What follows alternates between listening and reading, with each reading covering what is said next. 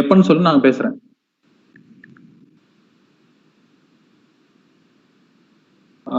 Okay, I will turn on my video.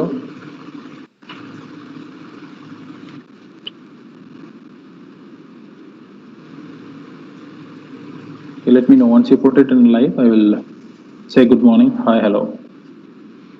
Yes.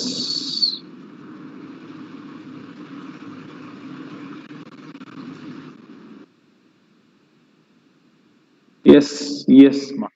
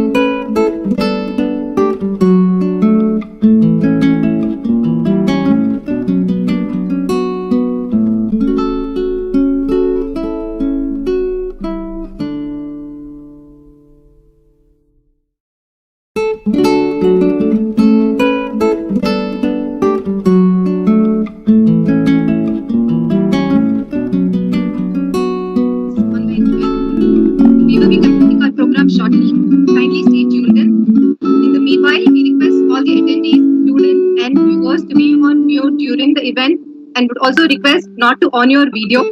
I would also like to inform that we are now live on the Institute YouTube channel and Facebook page. Thank you.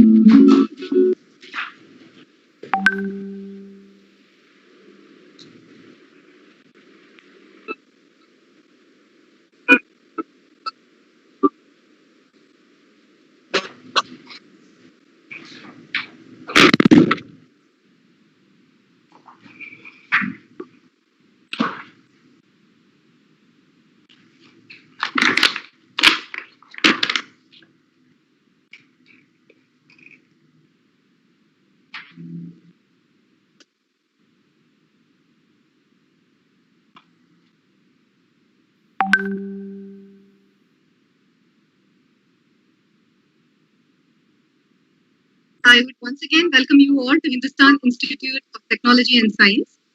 We will be commencing our event very shortly.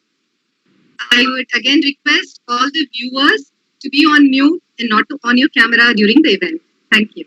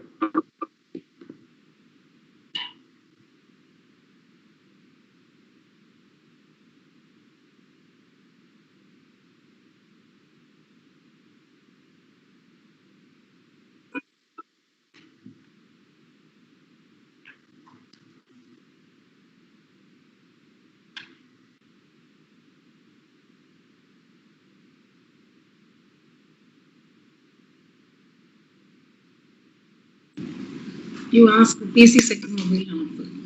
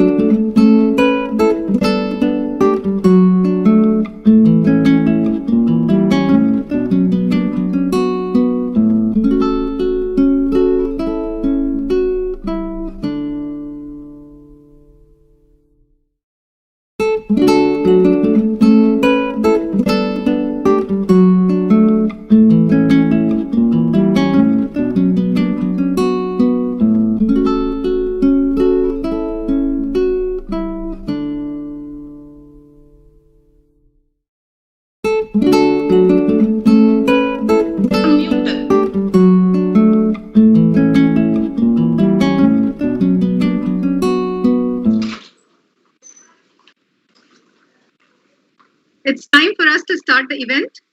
And I would once again request all the viewers and students to continue staying on mute throughout the event and also not to on your video.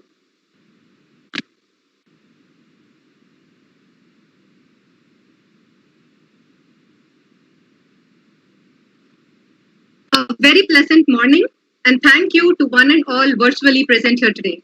We hope you're all keeping safe. I'm extremely happy to announce the two events that we have lined up for the day. First being the prestigious inauguration and logo launch of the School of Planning, Architecture and Design Excellence, continued by the International Student Symposium by our own students, CHIAROSCURO 2020 under the name MIRAGE. I now request Dr. Shiba Chandar, Dean, School of Planning, Architecture and Design Excellence, to deliver the welcome address. A very good morning to one and all present here. It gives me immense pleasure to deliver the welcome address on this momentous occasion of inauguration and release of SPADE's logo and CHIAROSCURO 2020, the annual Symposium of School of Planning, Architecture and Design Excellence HIS. I have witnessed the growth of the school in last 17 years I have been here, and I am proud how it has expanded its horizons and evolved into the School of Planning, Architecture and Design Excellence and completed 27 years of existence. From having only BR with an intake of 40 to now offering BR with an intake of 120 and BDAS programs on interior design, fashion design and communication design, postgraduate programs MArch, MPlan, apart from PhD programs. SPADE has made its mark as one of the most sought after architecture schools in the country. We have also been recognized by NIRF of MHRD as one of the top 20 architecture institutions of the country. All this has been possible only because of the hard work of all our faculty of the past and present and constant support from our august management. Our students are our greatest strength, and their creativity, enthusiasm and skills makes us the active and vibrant school we are. With various new academic and extracurricular activities taking place constantly, the school has strived to impart state-of-the-art education to its students, which also maintaining excellent collaborative culture. This symposium is also a result of this healthy culture of the school. On this happy note, I would like to welcome you all to CHIAROSCURO 2020 MIRAGE with the theme Paradoxes in Architecture and for the release of the logo of the newly culminated school SPADE. I extend my hearty welcome to Professor Mark Orel-Snammel, Dean, Faculty of Architecture and Design at Victoria University of Wellington, New Zealand.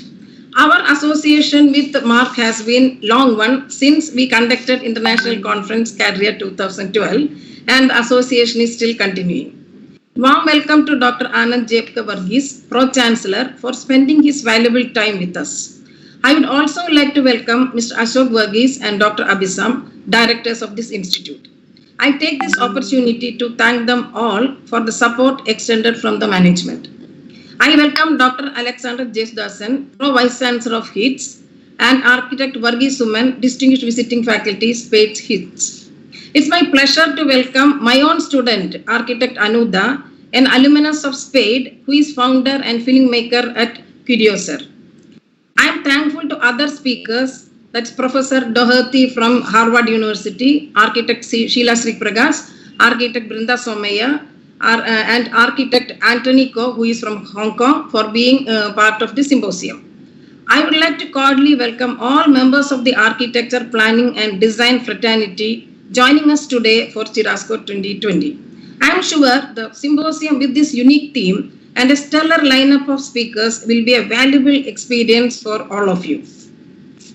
My hearty welcome to my faculty of SPADE, who have worked hard to guide the students and make sure that the event is a success. I would like to welcome my beloved students for the symposium and congratulate them for making this event a success in the virtual mode. Special congratulations to fourth year students for working tirelessly day and night and making this happen. I am sure it will be an experience that they will cherish. I would like to commend the efforts of Noha, Ramanan, Suraj, Srinidhi, Dhanalakshmi, Sudhi S, Ashwantiga, Divagar, Manokna, Milan, Srudibala and Elena, who have worked very hard for the symposium. I once again wish to place on record my congratulations to SPADE for its expansion into new avenues and achieving significant academic, technological and pedagogical milestones, making it one of the most sought after institutions in the country.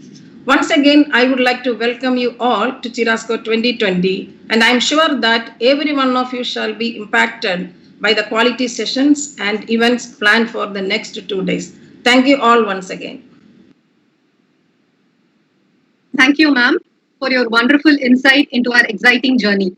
We started as a School of Architecture, and today at this moment, we are very proud to have grown to School of Planning, Architecture, and Design Excellence. To embark this milestone and symbolize the same, we are excited and proud to launch our logo.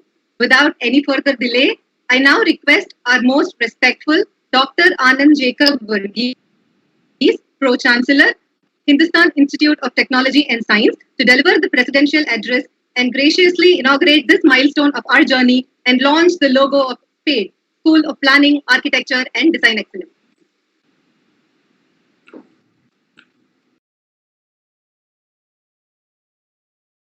A very good morning to all of you.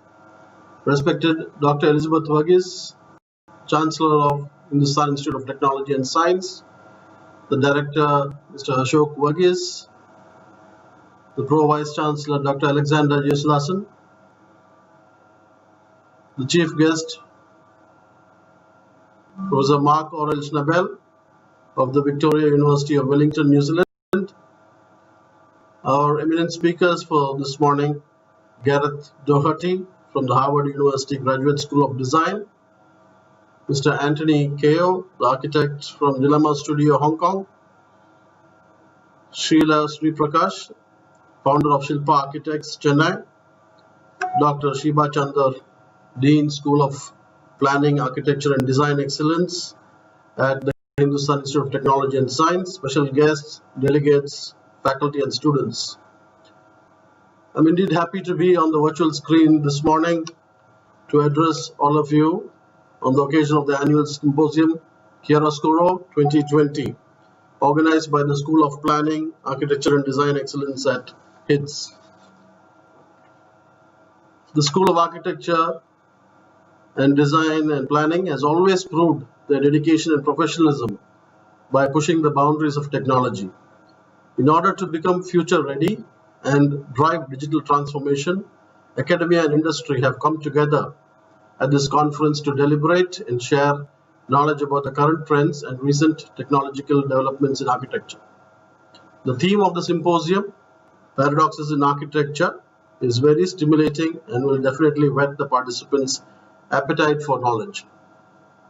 By using paradoxes as the anti-logical method to deploy architecture, it results in a paradoxical architecture that can offer an opportunity and an alternative lens of rationalizing architectural thoughts that can ultimately result in beautiful moments of shock and understanding. There is not one party, one category, or one field that can claim the idea of paradox. Paradoxes are everywhere and used by all. I take pride in going down memory lane and recounting the journey of SPADE since its inception as a School of Architecture in 1993. SPADE has continuously progressed and has the honor of celebrating its Silver Jubilee in 2018. Over the past 27 years, the school has evolved and grown into a school of unique thought through all the academical, technological, and pedagogical milestones. The school was ranked as one of the top 20 architecture institutions in the NIRF ranking by the Ministry of MHRD, India this year. SPADE is committed to nurture creative, analytical and technical skills for the learners who carve out to be socially responsible citizens with a vision to impart quality education in architecture, planning and design, and holistically develop the future generations to transform built environments with cutting-edge and sustainable solutions. At SPADE, students explore learning beyond the classroom, where learning meets fun. Today, the school is one of the most sought-after institutions in architecture, planning and design programs. It has stamped its global footprint through collaboration with many premier foreign universities. SPADE is also involved with several ongoing activities in the city and country associating itself with renowned organizations. The school takes pride in its great network of alumni who are actively involved in the development of SPADE. The school offers Bachelor of Architecture, Bachelor of Design as undergraduate level programs. The SPADE also offers the postgraduate programs, Master of Architecture MArch, General in Housing, Master of Planning MPlan, and Master of Science MSc in User Experience Design. I would like to share with you the concept of SPADE. SPADE is an established, expansive treasure trove of knowledge for learners to dig up, unravel, and delve. It nurtures the students' freedom of expression and fluidity in thinking, creating the avant-garde. The deliverables of the school are structured to adapt to the evolving nuances in planning, architecture, design, and research. Collaborative learning and competitions spearhead young minds to aim high and transcend boundaries. Thus, the ardent spades are groomed as unique architects, urban planners, and designers, literally shaping the society as responsible citizens. It gives me great pleasure to now release the logo of SPADE. I congratulate the organizing team for their commitment to excellence and wish the symposium all success. Thank you very much.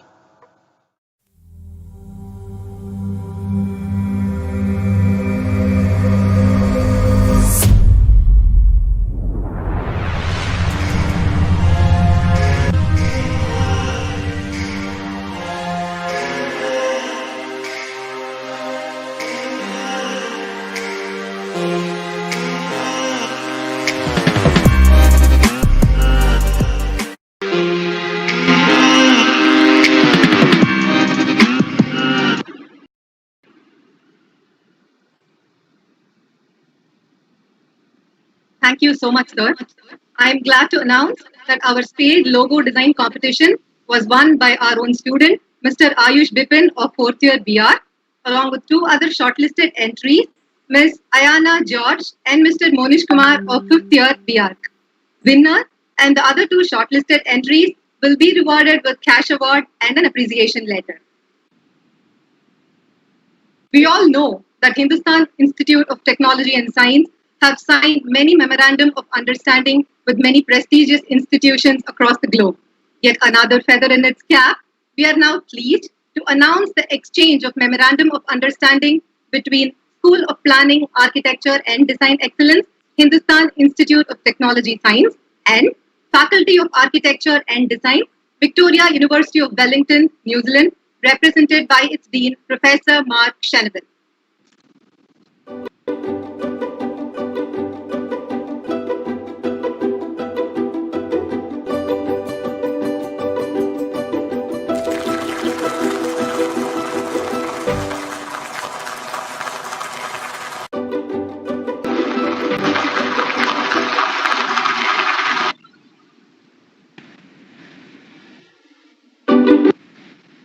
This is indeed a very glorious moment for all of us. Now with that, we have come to the end of this wonderful event. I would now sign off and hand over the platform to the students for CHIAROSCURO 2020. Thank you. Thank you, ma'am. A very good morning to this virtual gathering. It is indeed an honor for me to welcome you all to the MIRAGE CHIAROSCURO 2020, the first ever virtual international symposium by Hindustan Institute of Technology and Science.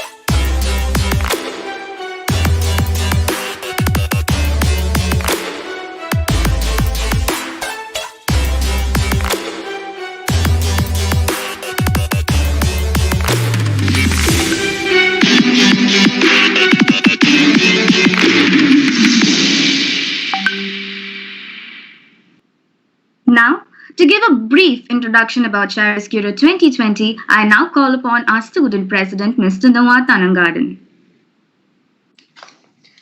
A very good morning, distinguished guests, faculty, staff, students, alumni, delegates representing many outstanding colleges and universities, and my dear friends.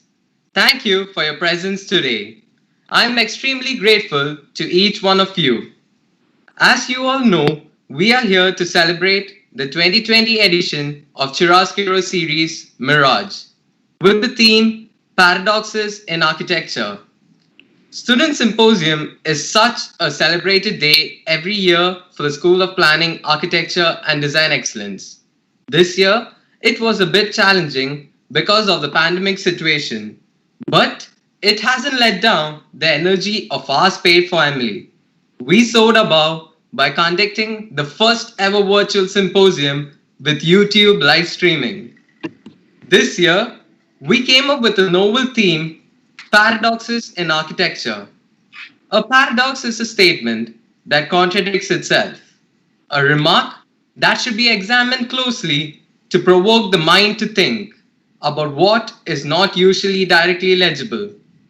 It's an ambiguous term, as in, it can never be decided objectively whether it represents the right or the wrong. And that is the part of the reason why a paradox becomes a contradiction to an idea, as it dismisses or conflicts upon the existing concepts. Being in a world full of paradoxes, we often forget to notice the paradoxes around us. As architecture students, we want to extend our horizon and bring forward the novelty that paradoxes can bring in architecture. Over the past 1 month, we had conducted various online events like debate, quiz, photography, short film, and many other events, and had registrations from many students of various institutions. This event is a result of months of hard work and dedication of our department, and I am proudly standing here representing my team past all the challenges we faced, making this event a resounding success. And of course, each one of you assured this success. To the Dean of Spade and the faculty in charge of Mirage 2020 and my dear teammates, I would like to say a big thank you for the unwavering confidence you showed in me. And I'm extremely honored standing in front of you as the president of this International Virtual Symposium 2020. My heartfelt thanks to the management of Hindustan Institute of Technology and Science, all the resource persons who has helped us throughout the process of this event, and to a fantastic event committee team who has helped make this weekend so successful. Also, I extend my warm regards to our chief guest, Professor Mark Aurel Schinabel, and our guest of honor, Ms. Anuda Kunat, a proud alumni who graciously accept our invitation and are here to be part of this celebration. Hope this event will be a platform full of knowledge, fun, a new experience, and a memory to cherish. I would like to end this with a famous quote by architect Buckminster Fuller. You never change things by fighting the existing reality. To change something, build a new model that makes the existing model obsolete. I once again thank each one of you. Sit back and enjoy the event. Thank you. Thank you, Mr. Noah.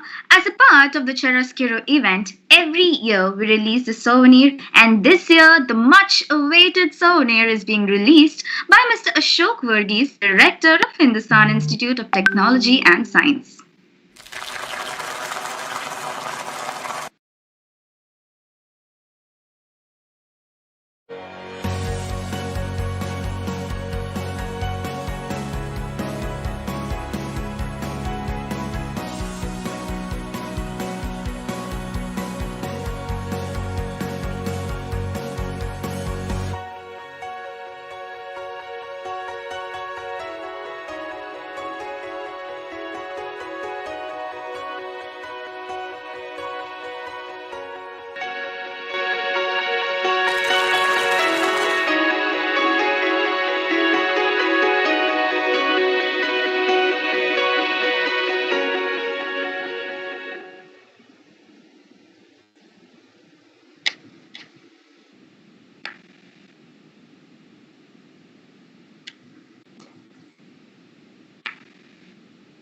Thank you. I now call upon Dr. Eddie, I now call upon Dr. Alexander J. Sudasan, Pro VC of Hindustan Institute of Technology and Science, to deliver the felicitation address.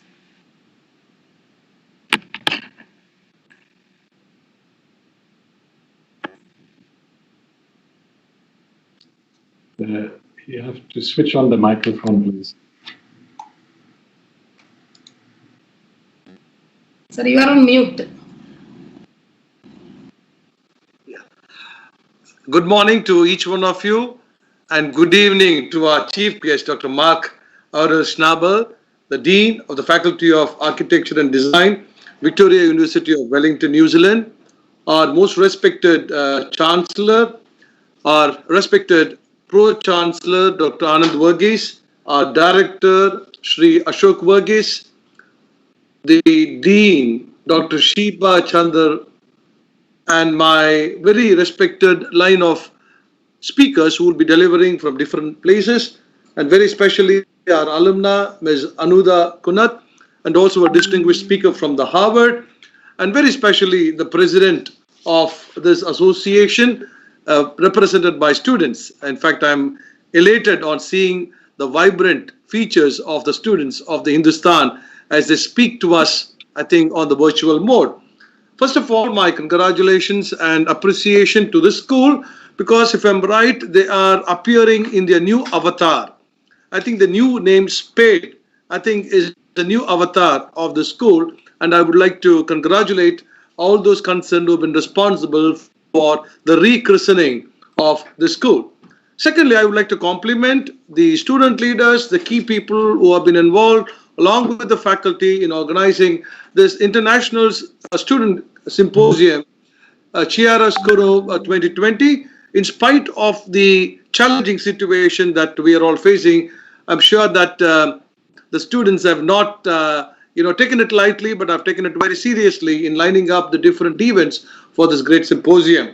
In fact, long before I came to this university in August, I had a special acquaintance with the School of Architecture of Hindustan while I was heading the Madras Christian College. I still remember months ago, there was a call from the Hindustan University requesting my institution then to permit them to visit our new additional infrastructure. In fact, we have been adding a number of buildings to our campus to accommodate the students for different purposes.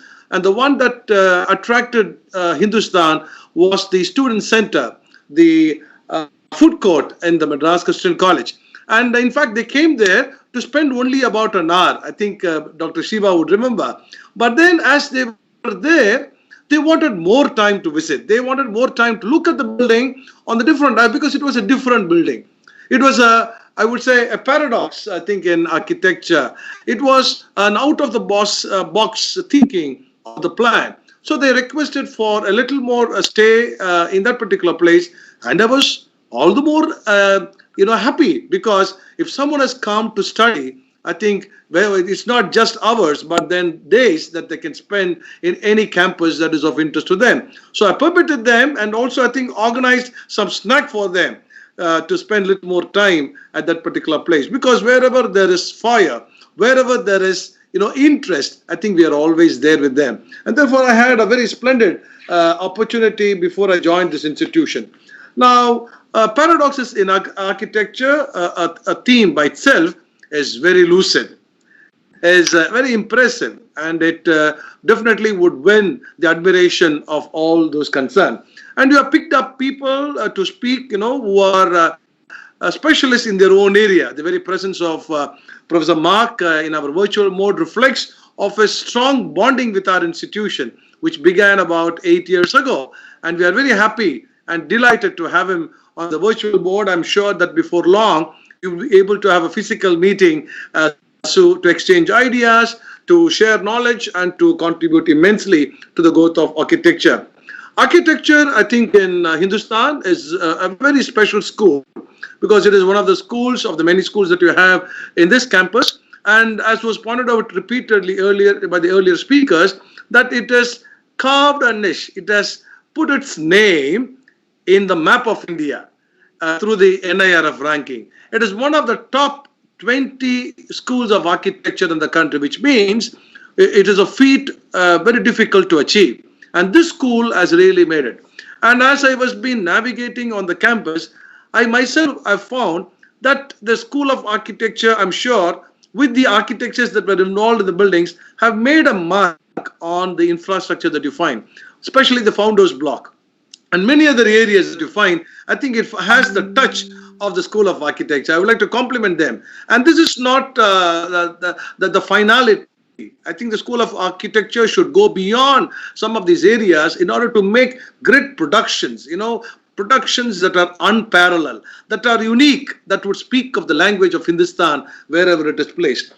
Now, as I have indicated in the message that I have given for the souvenir, I'm a person who is very much interested in adoring and admiring architecture. Whenever I go to different parts of the world, I am attracted by the masterpiece in architecture wherever I go. And some of the areas I think I've indicated are the cathedrals that you find in the United Kingdom, in the United States of America. Particularly the Gothic architecture. I think Professor Mark and others who know about the Gothic architecture, that really attracts those who are interested in architecture. Even our own place, our own country, India, the temples, the places of worship have got special architecture. And as you look at the temples in India, they are different in respect of the states. The temples that you find in Tamil Nadu would have a particular kind of an architecture. The temples in North India would have a particular type of architecture. If you go to Konark, if you go to Odisha, you will be able to find a particular type of architecture. If you go to different parts of India, yes, you find different types of architecture, reflecting on the speciality and the purpose of the local people who probably have been responsible in designing these temples. And as you traverse through the different important masterpieces of architecture, particularly the mosque, I think in Abu Dhabi, the Eiffel Tower, which I had opportunity to go up to the top, the Opera House, in Sydney, the Burj Khalifa in Dubai, the Chicago Bean, which I was able to see, the Harbour Bridge in again Sydney, the Golden Gate Bridge in San Francisco, to name a few, are very classical examples of, I think, out-of-the-box thinking, which I'm sure is very similar to the title that you have, Paradoxes in Architecture. These people who designed, these masterpieces have thought, that it has to be a paradox. It should not fall in the conventional plan, in the routine plan. I think this is important to the young people to think out of the box. And that results in something that I think you would appreciate for ages. Now, but then looking at the present architecture that your scenario as you find today, unfortunately, the ones that are designed, some of the buildings do not last long. Whether it is apartments or whether it is certain malls, you find them crumbling. Which means, I think the foundation of study of architecture is not really taken up seriously. I think the proportion and the kind of steel that has to go in, the kind of blue metal that has to go in, the proportion of cement versus all of these, I think need to be examined very seriously. I think a serious thought is very important because you architects are the ones who play a very important role. You are the first player, like in cricket. I think today we are going to be watching the IPL. Isn't it the Chennai Kings versus Mumbai Indians? I think shortly from now, the openers are very important. And you are the frontliners. In fact, I have had the opportunity to work when we constructed several buildings in my earlier institution with great architects like Pitavadian, amateur architects, and I know the language of the architects. The point is that stability, sustainability, design are all very important ingredients that has to go into the construction of the building. But unfortunately, today we find it is crumbling, and I think the future architects who are going to be coming should be coming up very seriously. The last point which I want to make is on the green buildings.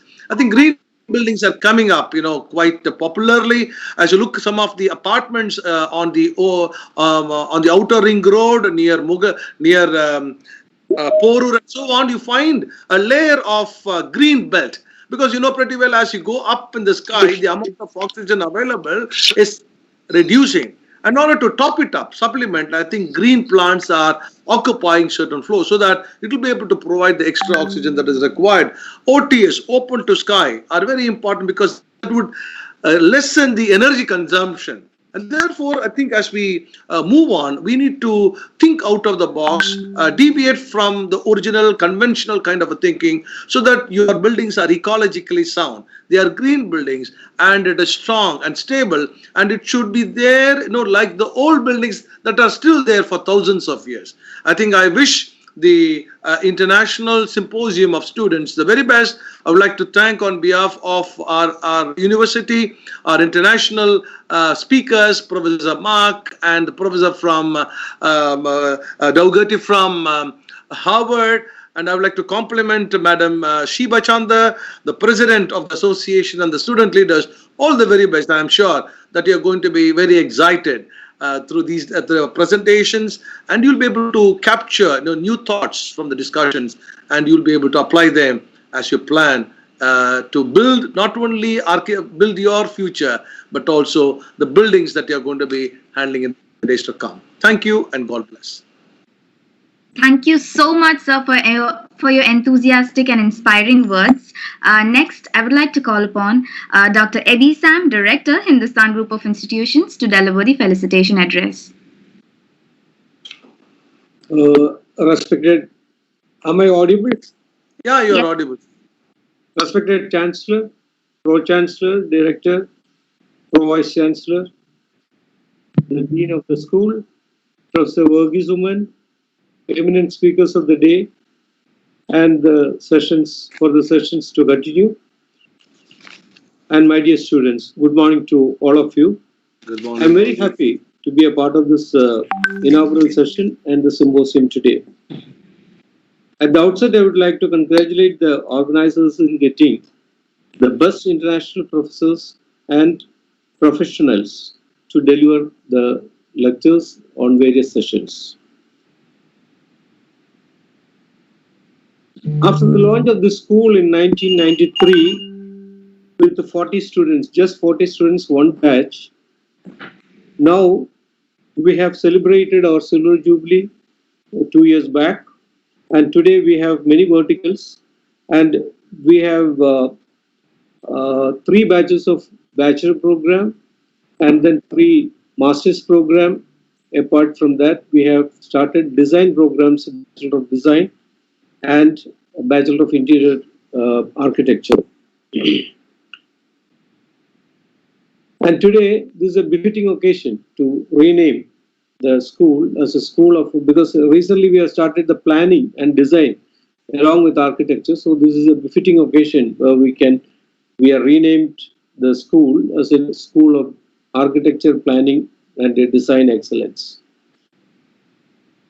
At this particular moment, I would like to congratulate the entire faculty and students for getting themselves positioned among number 20 in all of India, the best architecture schools. I would like to thank the organizers for inviting me for this function, and I offer my best wishes.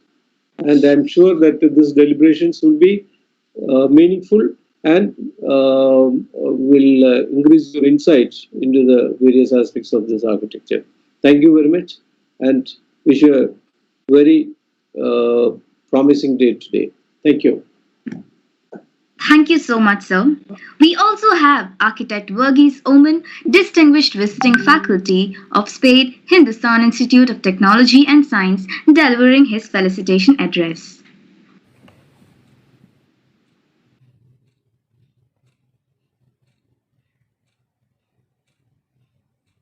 Hi. Let me first congratulate the organizing committee for making it possible to conduct an event like this virtually these difficult times. Another milestone for our institution and our Department of Architecture to be named as SPADE, that's for School of Planning, Architecture and Design Excellence. I wish and pray that this new name will initiate the spade work for our new independent campus in the near future. More than 2,000 architects have graduated from this portal in the last 27 years of existence. And we have also achieved the 20th All India rank this year. I express my thanks and appreciation to the management, the Vice Chancellor, Dean, and the dedicated staff, past and present, of our department for these achievements. We have very eminent architects participating in this event for these 2 days, and my good wishes for the successful conduct of this year's CHIAROSCURO. Take care and keep safe. Thank you.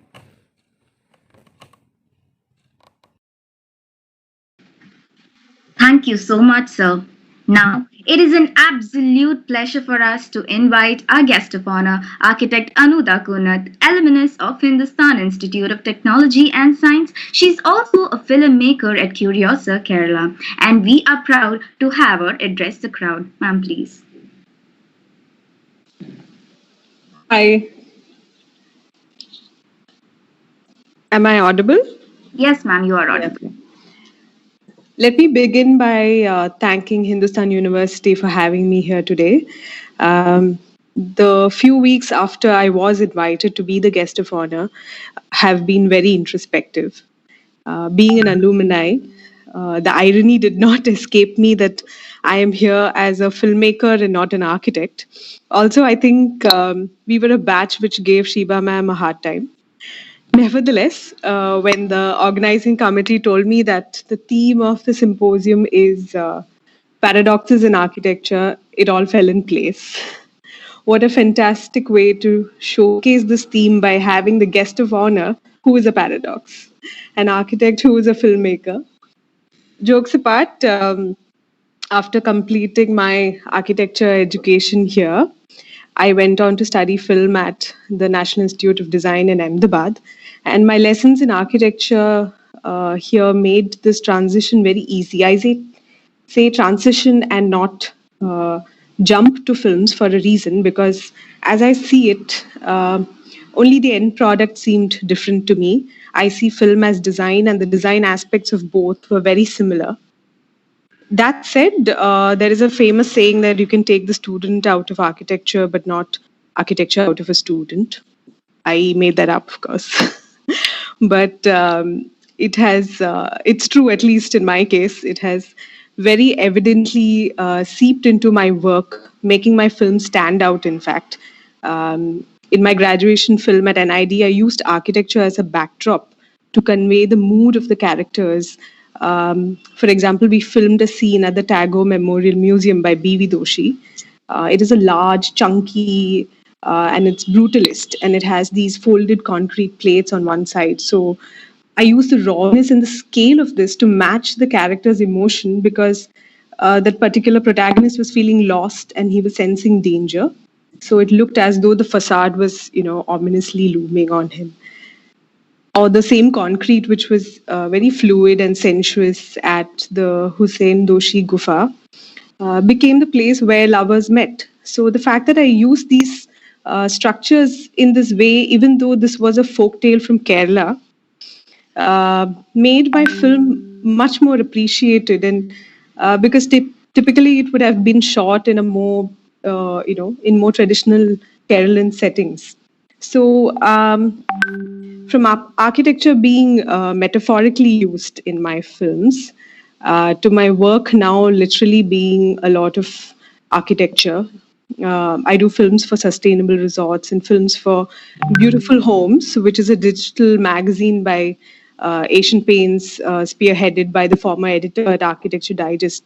So my education has helped me polish the ability to see poetry in spaces, to add more value to any work that I do. So I'm wrapping this address quickly by giving a heads up to the students that your time here is very valuable. Go ahead and explore and experiment. That is the only way you will discover what you are, what you want, what you don't want. And I'm very happy to say that as much as I am a paradox, thanks to the education, I'm also an example of, the fact that knowledge you have imbibed never leaves you and is always there for you if you find the need for it, and you will find the need for it. So thank you again for having me. It is a great honor. I wish you all the very best. Thank you. Thank you so much, ma'am. Now, as a token of appreciation, we have Rohit from 4th year B Arc presenting an illustration to ma'am. This is the It's very sweet. Thank you. Thank you. Thank you so much, Rohit. Thank you, ma'am. Now, it is an absolute honor for me to invite our chief guest, Professor Mark Aurel Shanabel, Dean, Faculty of Architecture and Design, Victoria University of Wellington, New Zealand, to address the gathering. Thank you. I feel very honored and actually very humble to be invited and be here to address you all. I actually feel already nearly like as if I'm faculty of Hindustan University, having been there a couple of years ago, and actually also in the beginning of this year, meeting you all again, and now meeting you back here on virtually, makes me really feel connected. It is wonderful to see of how the faculty grow, how the school grow, and where you are now with the launch of the new logo, Spade. I think Spade is a very good name. It is very matching for the undertaking of the school. It allows really the connection, and I think that is part of what the logo displays, at least for me, of how the different disciplines connect from one to the other and how we learn from one to the other. The symposium with the title Mirage and the subtitle Paradoxes in Architecture lies very close to my heart, and I will discuss that more in my keynote. It is, for me, a little bit a sad moment that I cannot be physically with you, enjoy the wonderful food which I had when I was in Chennai with you, the wonderful talks one can have after the talks and in between, to drink over tea and exchange actually also the cultural aspect, not only the learning and the content. So thank you for having me back again. Thank you for this event, organizing this event, and I really appreciate all the senior leadership of the university as well as the students for such a wonderful event. Thank you very much. Thank you so much, sir. Now, as a token of gratitude from the School of Planning, Architecture and Design Excellence, we have Rohit from 4th year presenting an illustration for you.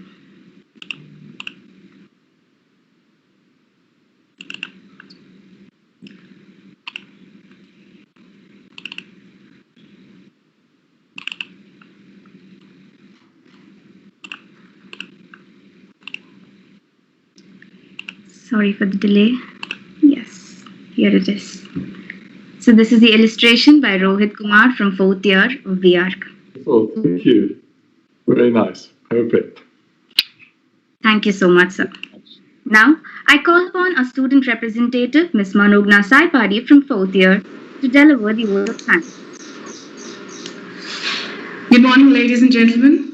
On behalf of the School of Planning, Architecture and Design Excellence, I would like to express my sincere gratitude to all the distinguished guests who are here today attending the inaugural ceremony of the International Virtual Symposium 2020. Firstly, I would like to thank Dr. Anand Jacob Verghese, Pro-Chancellor, Hindustan Institute of Technology and Science, for taking time despite his busy schedule to release the logo. I'm immensely thankful to Mr. Ashok Verghese, Director, HITS, for releasing the souvenir of CHIAROSCURO 2020 and also for always being accommodative of our ideas and helping us explore new platforms to conduct this event in such trying times. I extend my hearty thanks to Dr. Abhi Sam, Director, Hindustan Group of Institutes, for joining us for the event.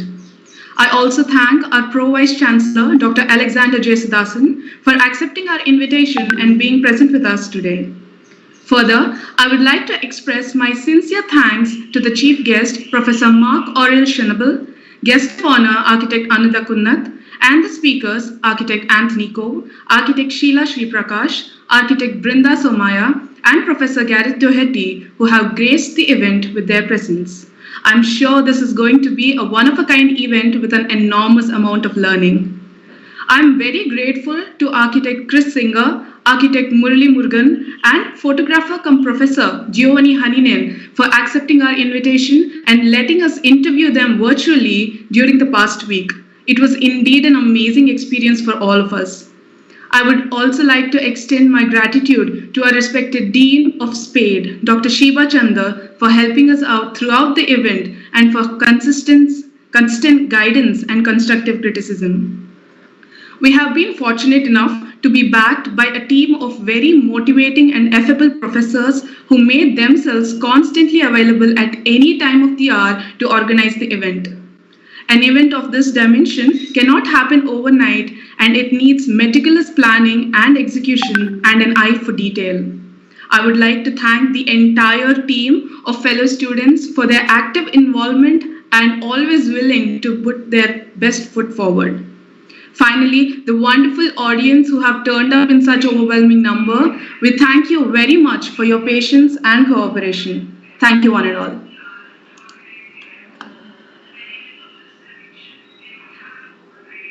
You're muted. Varsha, you're on mute. Yes, thank you, Manogna. With this, we come to the end of the inaugural session, and we are about to begin the technical session very shortly.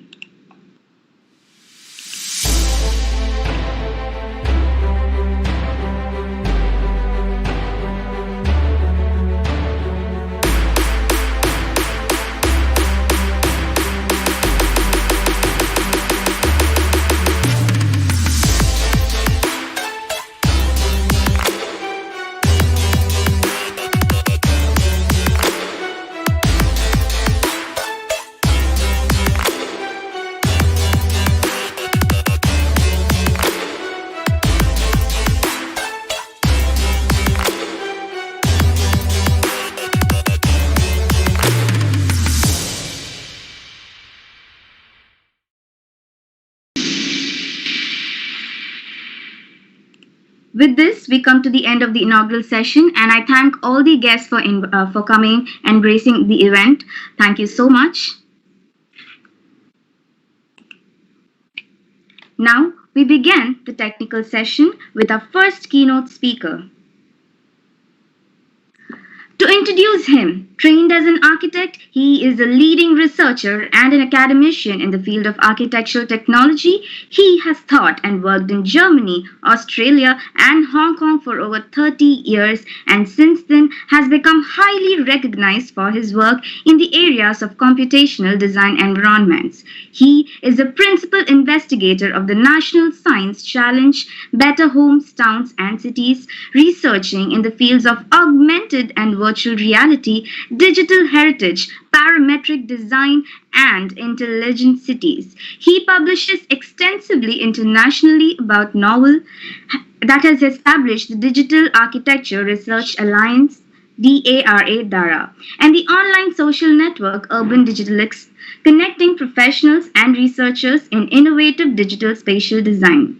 Now, I would like to invite Professor Mark Aurel Schnabel, Dean Faculty of Architecture and Design, Victoria University of Wellington, New Zealand, to begin the session, sir.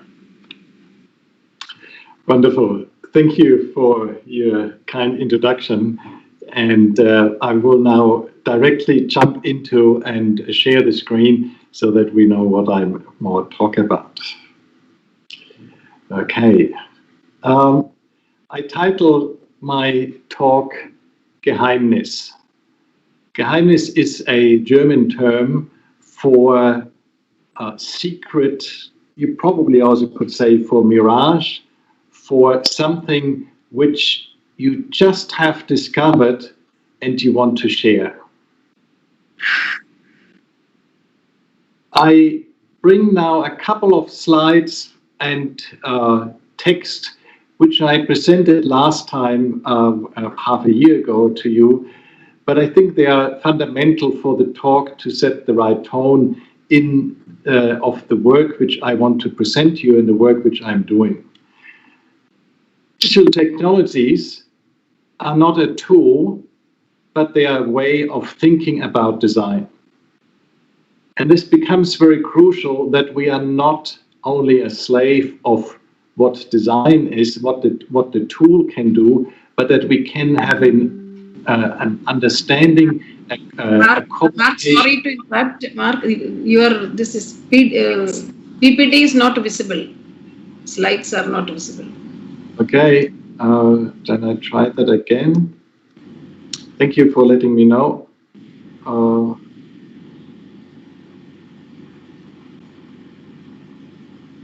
It hangs at the moment. Okay. No, not yet. I think the Teams is frozen. It's unfortunate. I think I have to dial in again because on my end now the Teams is frozen. What is it telling? Okay, I will do that now.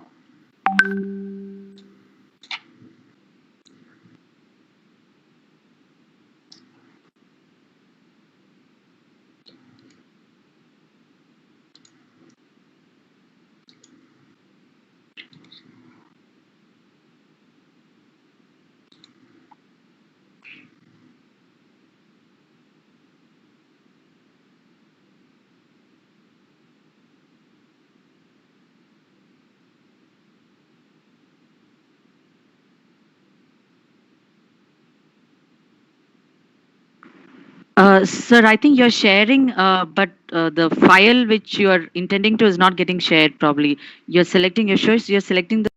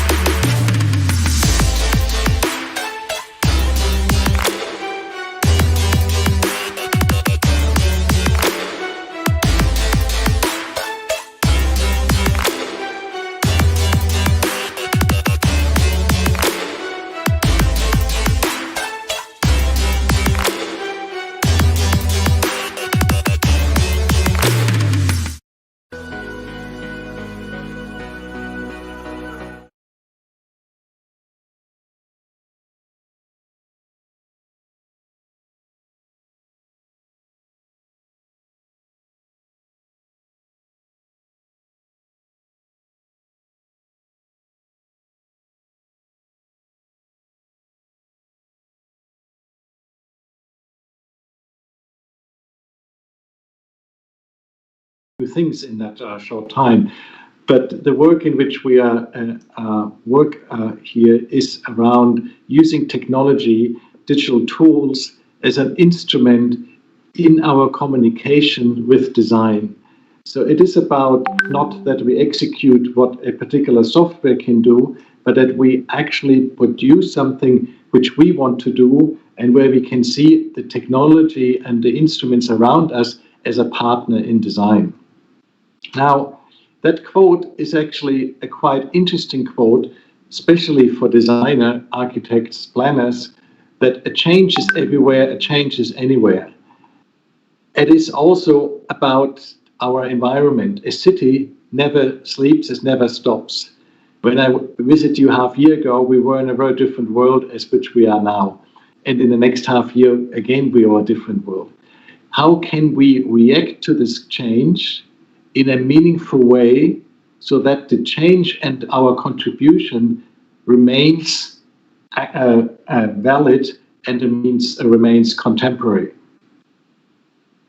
This comes back to where Degas, a French philosopher, was saying about the dualism, where the mind and the body talks to each other and reacts each other and forms the symbiosis what we have in ourselves. The mind can control the body the same way around. The body can control the mind.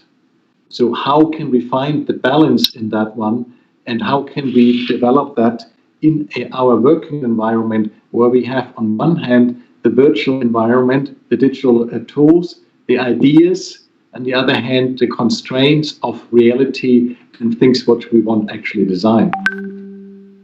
Now this is a spectrum in which we work, and that's basically what you could say also what the paradox is. On one end of the spectrum you have reality, on the other hand you have virtuality. Now virtuality is not a copy of reality. Virtuality is its own entity with its own definition, with its own law, with its own practices of what and how it is defined. The same thing with it was reality. And then we have this continuum in between, and this is where we work. We work from reality over the design idea, which is a virtual idea in our minds. We bring that out using different instruments and different ways of how we communicate that. And somehow in that realm, on the different ends of the spectrum, and I would say this is not a linear, it is actually a much more complex ends. This is where the miracle happens, and this is where our design will then come to reality and fruitful. Architectural design, any design for that matter, is an ill-defined problem. It is a problem which is not automatically a straightforward solution. Designing is not an engineering task. That is what engineers would do. Design is actually to engage in an activity to address different aspects, to formulate problems, and by them be able to act upon and find and suggest proposals and solutions in this context. So what I would say in a conventional way, you have the white paper in front of you, and by that is where you start designing. There is nothing. But the way of how you then put the first action onto your white paper, or in the digital realm, if you have the computer switched on, the first action which you then do with your mouse is by that you're defining what the problem is, and you search the problem and you define the questions and you come up with proposals to address that. So this talk will go, I will present a lot of works which we submitted for the Ars Electronica, which my colleagues which are here in New Zealand submitted and were the contribution to Ars Electronica. So we called it the Garden Atoea New Zealand. Ars Electronica is the world's foremost event for digital art, media, and technology, as well as society. It's an event where not only boundaries are pushed and explored, but it is an event where you exchange ideas. They don't have to be ready. There's basically sketches, you could say, but around the digital realm. This year's topic was Kepler's Garden. And the same as our symposium here today, it was virtual because people could not come to Austria where the event is hosted. And everybody submitted their work virtually, and there were then a variety of virtual events around that. The New Zealand Garden had this kind of entries, and we did, colleagues and the curator of the show, Uwe Rieger, designed a virtual garden which brings in different hubs, different sub-worlds, you could, if you want to say that, to where different artworks and were shown, and which explored different aspects of virtual art, of virtual technology and media. Now, if you go to the New Zealand page, the ars.nz, you find all the works there individually, and this is an overview of all the gardens or sub-gardens which we presented at this event. It is a very large variety from very abstract exploration to more virtual tangible exploration, and it's worthwhile to explore. Now, I will present now a couple of them to highlight what was undertaken in that space. And the first one I would like to show you is called An Architecture of the Sea. This is a work by my colleagues, as well as by New Zealand artists, writers, and photographers who come together to produce that work. So the topic of that and the content of that work was about what happens at the seas. New Zealand being an island nation surrounded by large oceans, similar as India is also surrounded by large oceans, it is actually a fundamental context to explore the relationship of what is happening in the oceans underwater in relationship what's happening in our built environment. So this project questions the different aspects under the water in different scales, from a macro to a micro scale, and tried to translate them into an experience within a virtual world. You could say the world under the water is virtual to a certain extent because it's not our living environment. We can't live there. We can access this with certain ways. So to use to access this world with different possibilities, with different technology, this was what is this work about. Now this is now the work from my colleague Mitsuho Nijioka, who used photography and different techniques to explore what was found in that context. While that is a video really looking at the microstructure of what is happening underwater, how different cells, how bubbles define space, how they define volumes, and trying to define a narrative to understand what is the solid, what is the liquid, and how can we learn from these environments and how the environments is structured and can take inspiration for how we live above the sea.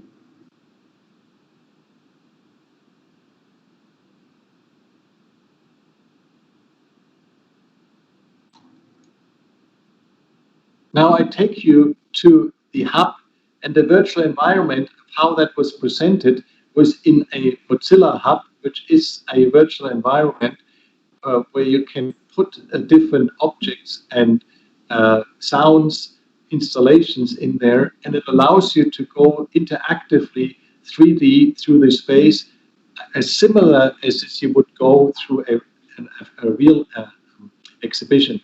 However, it is in a virtual context, so you can do different things. The exhibition was multimedia. You have sound, you have text, you have different aspects which allow you now to understand the interpretation of what this project was about.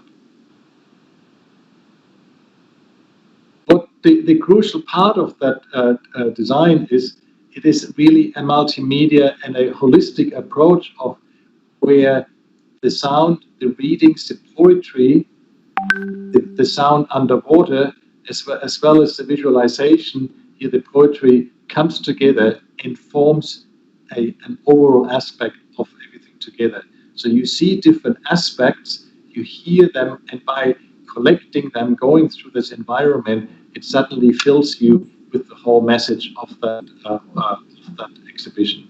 So it is very different from a normal gallery experience, where you have very often a linear experience and taken through a certain theme and certain topic.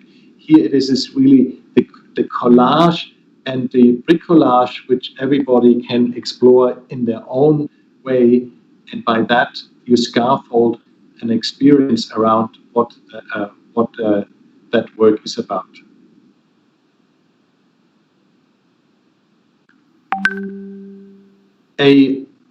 Another project where we worked together with colleagues in Virginia Tech was titled The Visual Sensory Convergence.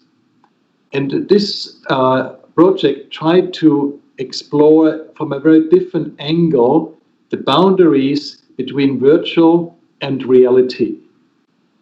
The moment when you are in a virtual environment, you kind of forget what is reality because the visual experience is very strong. However, your body is still in the physical environment, and the certain experience, certain sound, certain things from your from the reality now come still and interlace with the virtual experience.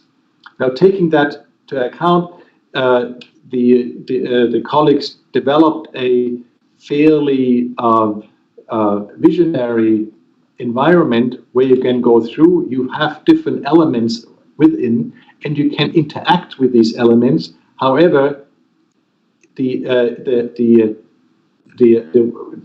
world was structured, and now you see that in this video. This is a screenshot what you would experience when you are immersed in that environment. There is sound again. There is the visual. There is the way of how you go through the space. But at the same time, these objects, you can reach out and you can touch them, and by that interact with them. Now, this is a very interesting situation. So this is how it's done. There is a puppeteer who manipulates the objects, but you're not aware of a puppeteer. You don't know that. You see the objects and you touch them, and your touch then triggers certain effects, what will happen of your experience. So you see these objects, and by touching, they start to fly, they come back, sound changes and other things. So there is a very interesting now relationship between what you see, what you feel, and how you engage in that, because it's not based on controllers or based on a typical interaction, what one has in a game environment. It is an environment reacting with you as well as you react with the environment. That this experience is possible, however, you have puppeteers, you have a whole team around it, organize an orchestra that experience singular for you if you be immersed.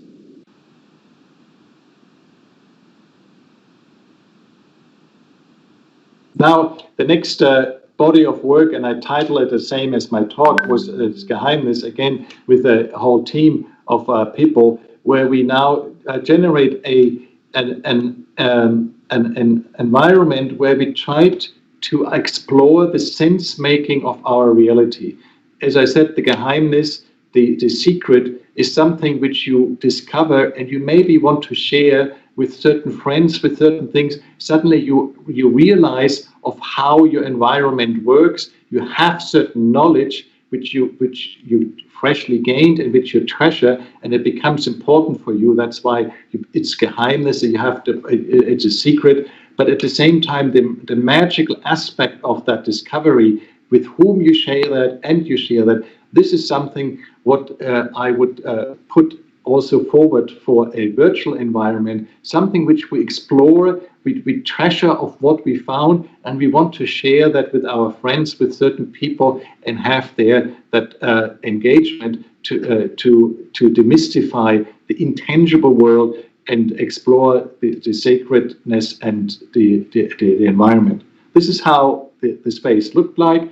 So this is basically similar, as we saw earlier, a gallery space, and in there we had 10 episodes of different aspects of how we explore what virtuality is. Here you see the 10 episodes with their authors and the different worlds which you can there explore. So you dive in them, and you suddenly are in a virtual environment, within a virtual environment.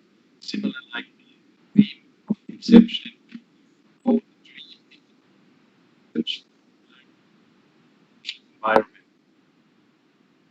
Same thing is added different sounds and different videos, and you go through and you experience the world in that way. Again, you bricolage the experience by yourself to then have these 10 episodes, which are not in a particular order. It is really of how you assemble them together to then have a discovery and understanding of the spaces. Now, this is an overview of this project, and I want to show you a little bit more about this project individually, which you find also on our website. And I'm not go through all 10 of them, but I will just highlight a couple of them. One which we did 3 years ago with Kimberly Tane and myself, which is called Through the Looking Glass. It is an exploration of Alice in Wonderland within a virtual environment. So you see here, you be in an environment and you fall through the tunnel. It is really the story of Alice in Wonderland, a different interpretation. And you land in the different world. There's different signs, and it takes you then finally to the forest, where you find then different aspects of the story, and you can experience these aspects of the story. Now, if you look at the visualization, was for us very crucial that we don't copy reality, but that we find an expression which is meaningful for the environment, rather than being a copy or photorealistic context. The similar goes in that work where it's called Intangible Narrative. It is a work which looks at a former architecture in Hong Kong, the walled city. It was it's now taken down. It's not existing anymore. But having an exploration of that heritage, trying to translate that and bring that in a new world, in a new context, by that allowing people from a Hong Kong context or other people to understand what that world, what that building was. It was a very high dense, very particular environment. It was outside of any legal construction or situation in Hong Kong. And it has a very rich history to explore that space, not as a copy of what it was, and not as a forensic of that building, or a preservation of an architecture what is not existing, but taking the living memory of that design on that building into a new medium, have a contemporary interpretation of that environment, and allowing then people who go through this environment to interact with it differently, what the virtual environment offers, what not reality offers, and by that trying to understand a context in which the building was placed and put it into the context which we are now living in. The Visual T project is a fundamental different approach to explore what one can do in virtual environment, or how we interact. Typically, we interact as designer with language, with our thoughts, with body language, but by the end of the day, we take our hand and we sketch, we take the mouse with our hand to communicate our design. And we use the eyes to understand that and check it. So it is very interesting in terms of our sensory. We have certain things which are very one-way, one-channeled. So the ear only hears, it doesn't go back. The eyes only sees, you don't do anything.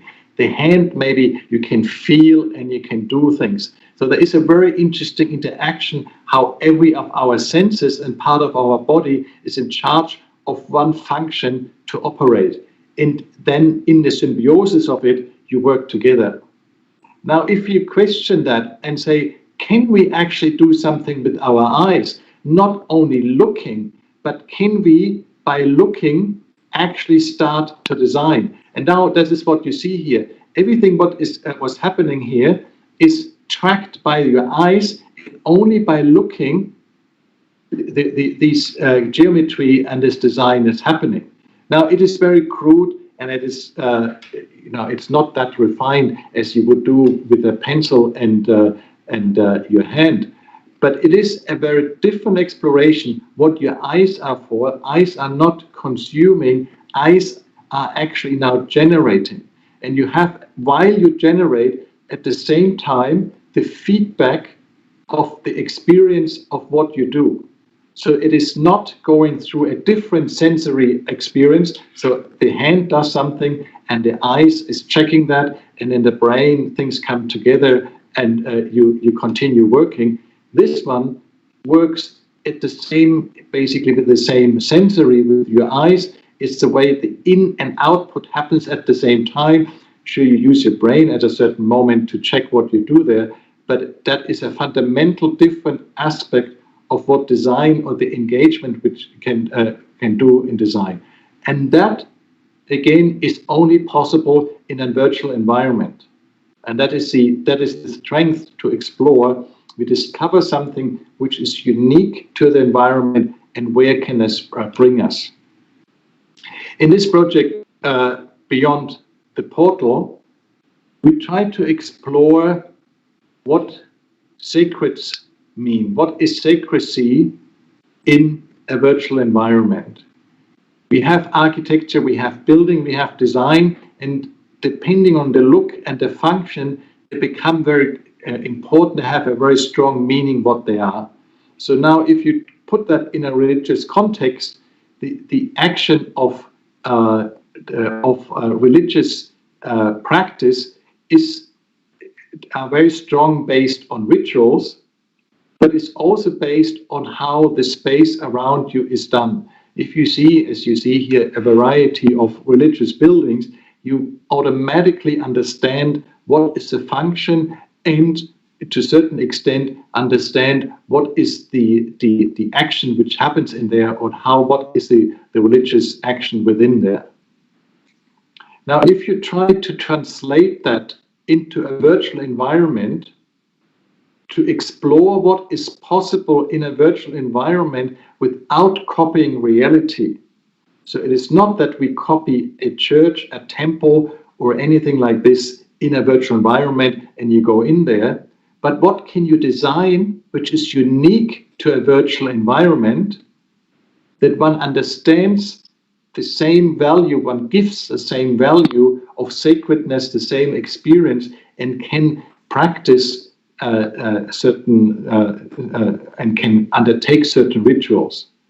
Now, if we look, for example, at a Muslim and Islamic faith, it is very, very crucial in the setup that you orientate yourself towards Mecca. Now, has its reason, and I'm not questioning this, but if you go in a virtual environment where you don't have an orientation towards Mecca, how can you then practice this crucial element in such an environment? And it's not that one says, here, that is now, in this direction is Mecca. It is about how can you translate something that it becomes meaningful for the environment. And the same relates the call of the prayer and many other functions to it. And we now explore that in this context.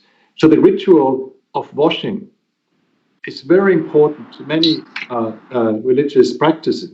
But in a virtual environment, when you don't have water, when you don't have that experience of the touching of water, the cleansing experience, how can you contribute? How can you practice that and explore that in a virtual environment? And this is sort of attempts to find proposals for that. By no means we have solved the problem, but it is attempts to address these issues and these items within such an environment.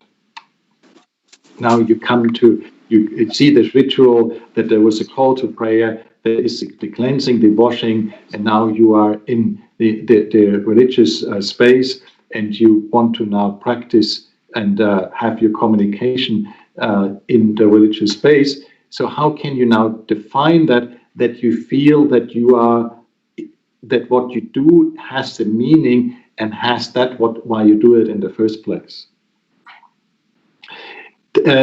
This work has some real actual practical context. If you think about if one is on the space station, the International Space Station, or if we would travel to Mars, where again you don't have an orientation to Mecca, how could you then still do certain things?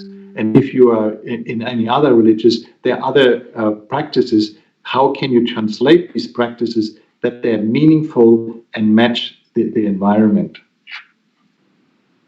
And slowly wrapping things up of my talk, where you see that the paradoxes which we are confronted in virtual environment, and the idea to translate things into a different world is, if we now in a pure virtual environment and we want to define space and we want to define what architecture is, or how definition of rooms and on an environment is, without trying to copy, but to explore the uniqueness and the possibilities within that, it becomes very quickly extremely difficult, because you don't want to just be different. So, for example, in reality, you walk in a virtual environment, you can fly, but fly is just saying for the sake of I'm different. You can walk in virtual environment, you can fly, you can do a lot of things. How can you then get the essence of what is unique, and how can that then inform reality? Right now, we're doing a lot of things from reality, looking towards a virtual environment, and try to make sense and inform the virtual environment coming from reality. So the whole spectrum from augmented and mixed reality deals with it. There is reality, and we add some value to it coming from the virtual environment.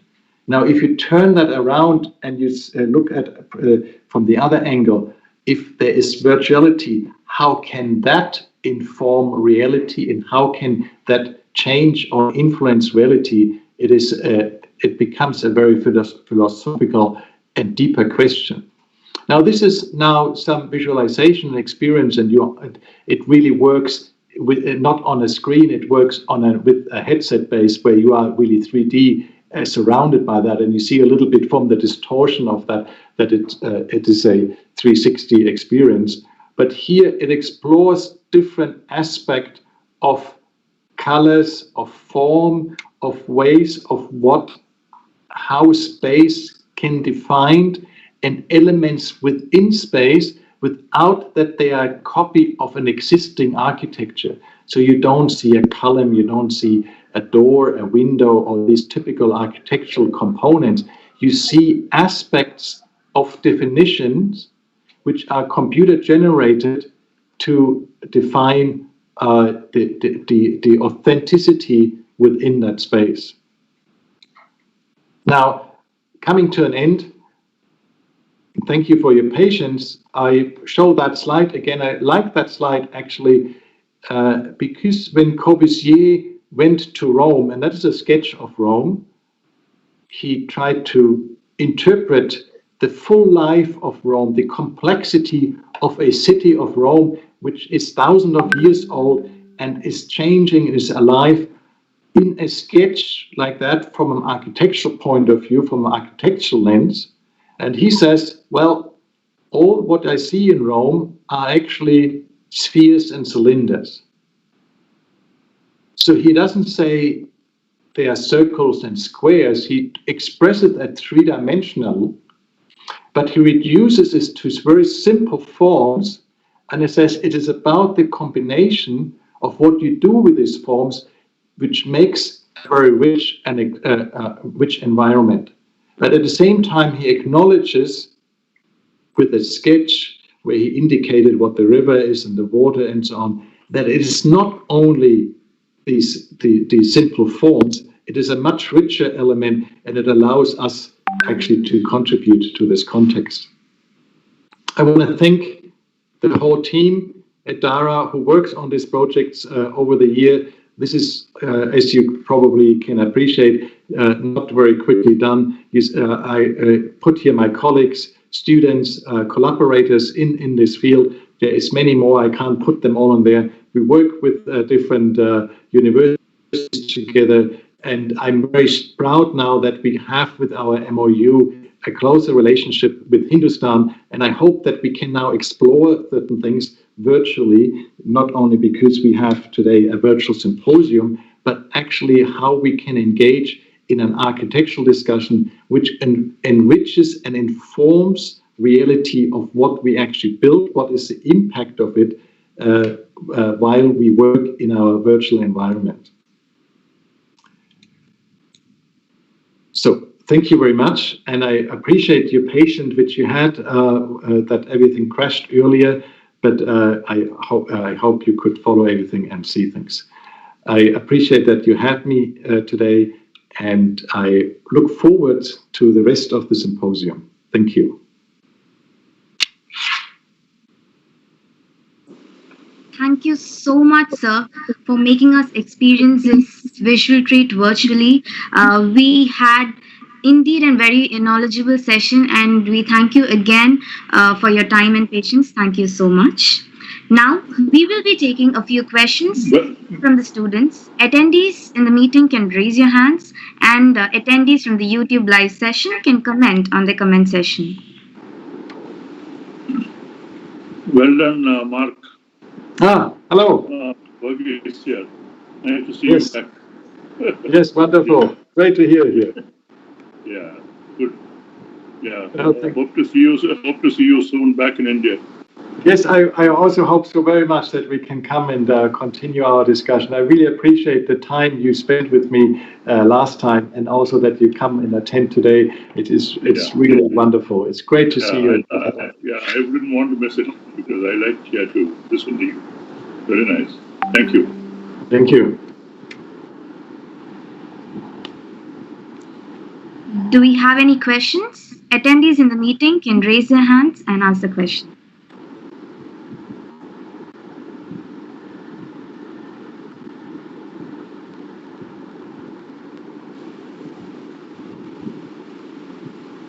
And attendees attending the live YouTube video can comment the questions in the comment section.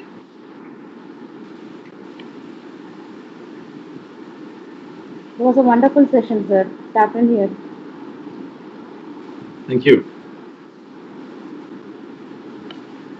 It was a new exploration for all of us.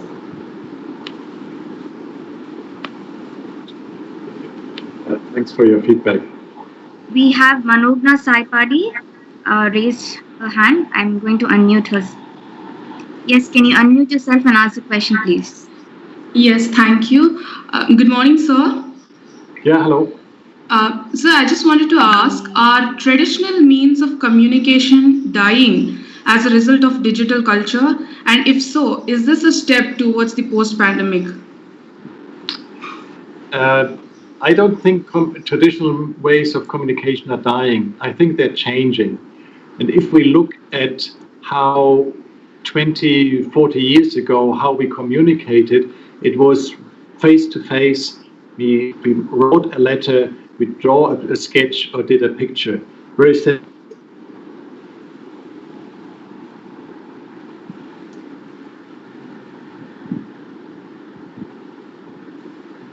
Sir, you are not audible.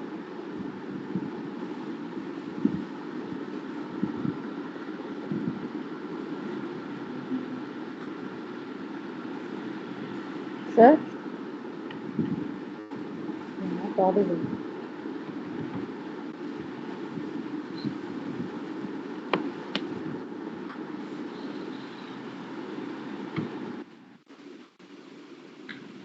In the meanwhile, we have Dr. Anand Jacob Verghese, Pro-Chancellor of Hindustan Institute of Technology and Science, sending his best wishes. He conveys, "Great to connect back with you, Mark. Best wishes and stay safe."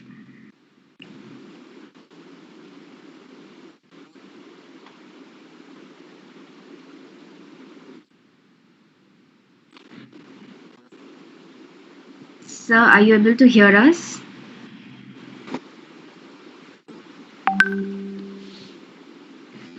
Okay. Thank you, everybody. Students having queries can send their questions to the organizers, and we will definitely forward it to Professor Mark. With this, we come to the end of the first session. Now, moving on to the second session.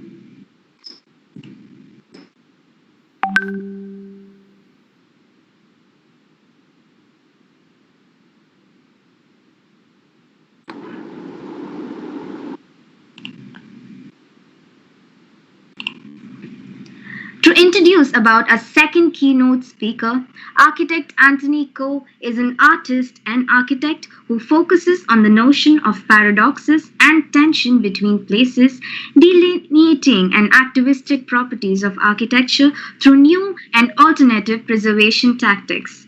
His scope of research ranges from the aura and attachment of places to innovating newness from the context. Varsha, I think Professor Mark is back in the team. Yes, we shall have him. Welcome back, sir. All right. Yeah, we had a small technical issue. Yes, I'm sorry. The connection here to New Zealand is obviously yes. It's very busy here in the evening. Everybody's using the internet, so that's why things crashed here. Well, thank you for having me back. We were talking about the communication. I think that communication is changing so much, and we have to understand what medium can do what part of the communication best, and explore that and push forward that we use the right medium for the right thing, rather than that we try to copy a certain element and quality of one medium of communication in the other.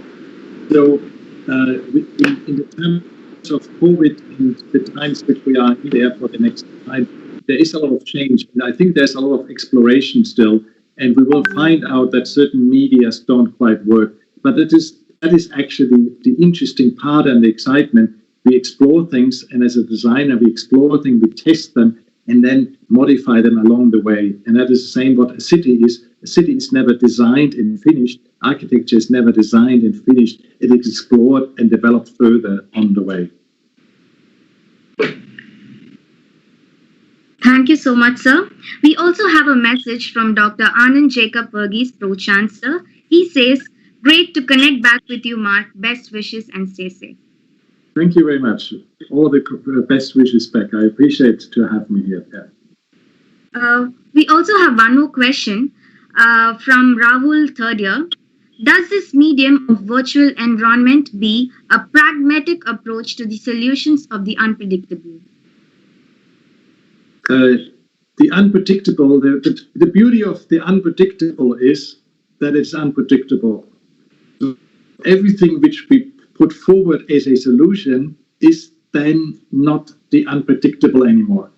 The unpredictable is the way of how we deal within our environment without that we know what is coming. So it is different from the chaos or different from random. It is about that one looks forward in appreciation of what is happening and then be able to react, hopefully matching to what is given to you and what is happening. Now, by this reaction will cause another reaction which is unpredictable. Certain things are predictable in this context, but that is always a spectrum. But I think this is to deal with the unpredictable is how we deal with design. When you start designing, you don't know what the outcome is. You start your journey, and while you be on the journey, you look constantly right and left whether you're on the right path until you reached your aim where you want to go. Thank you so much, sir. Now, students having any queries can send forward questions to the organizers, and we will definitely forward it to Professor Mark. Thank you so much, sir, for your time and for your presence here. We really appreciate it. Thank you so much. Thank you, sir. Thank you. With this, we come to the end of the first technical session, and we are about to begin the second technical session very shortly.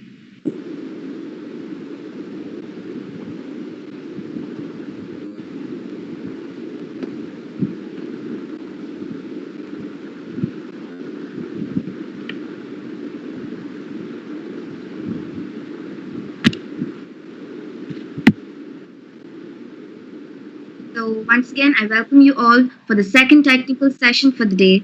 We have our very keynote speaker, architect Anthony Ko.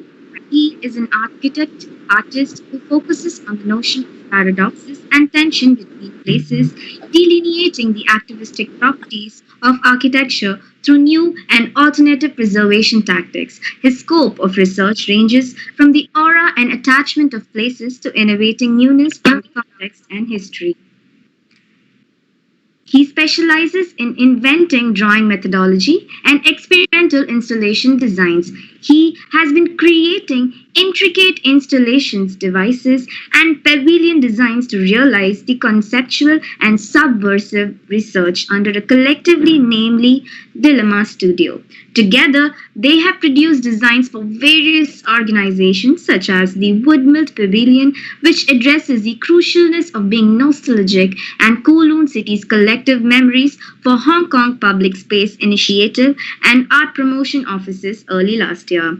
They are currently preparing for an exhibition for a retrospective project, an activist artifact in PMQ, and a research and interior design on Chinese medicine culture and drinks in Hong Kong. It is an absolute honor for us to invite architect Anthony Ko, architect Dilemma Studio, Hong Kong, to begin his session. Sir, can we please have you? Hi everyone, can you hear me? Yes, sir, we can hear you. I think I can't click the presenting button. Sorry.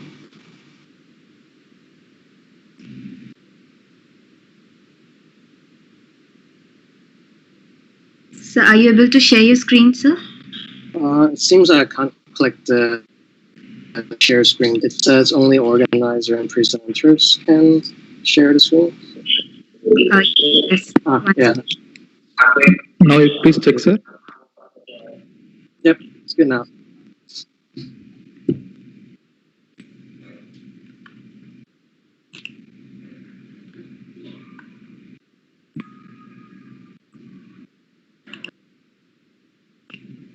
So is it good to go now?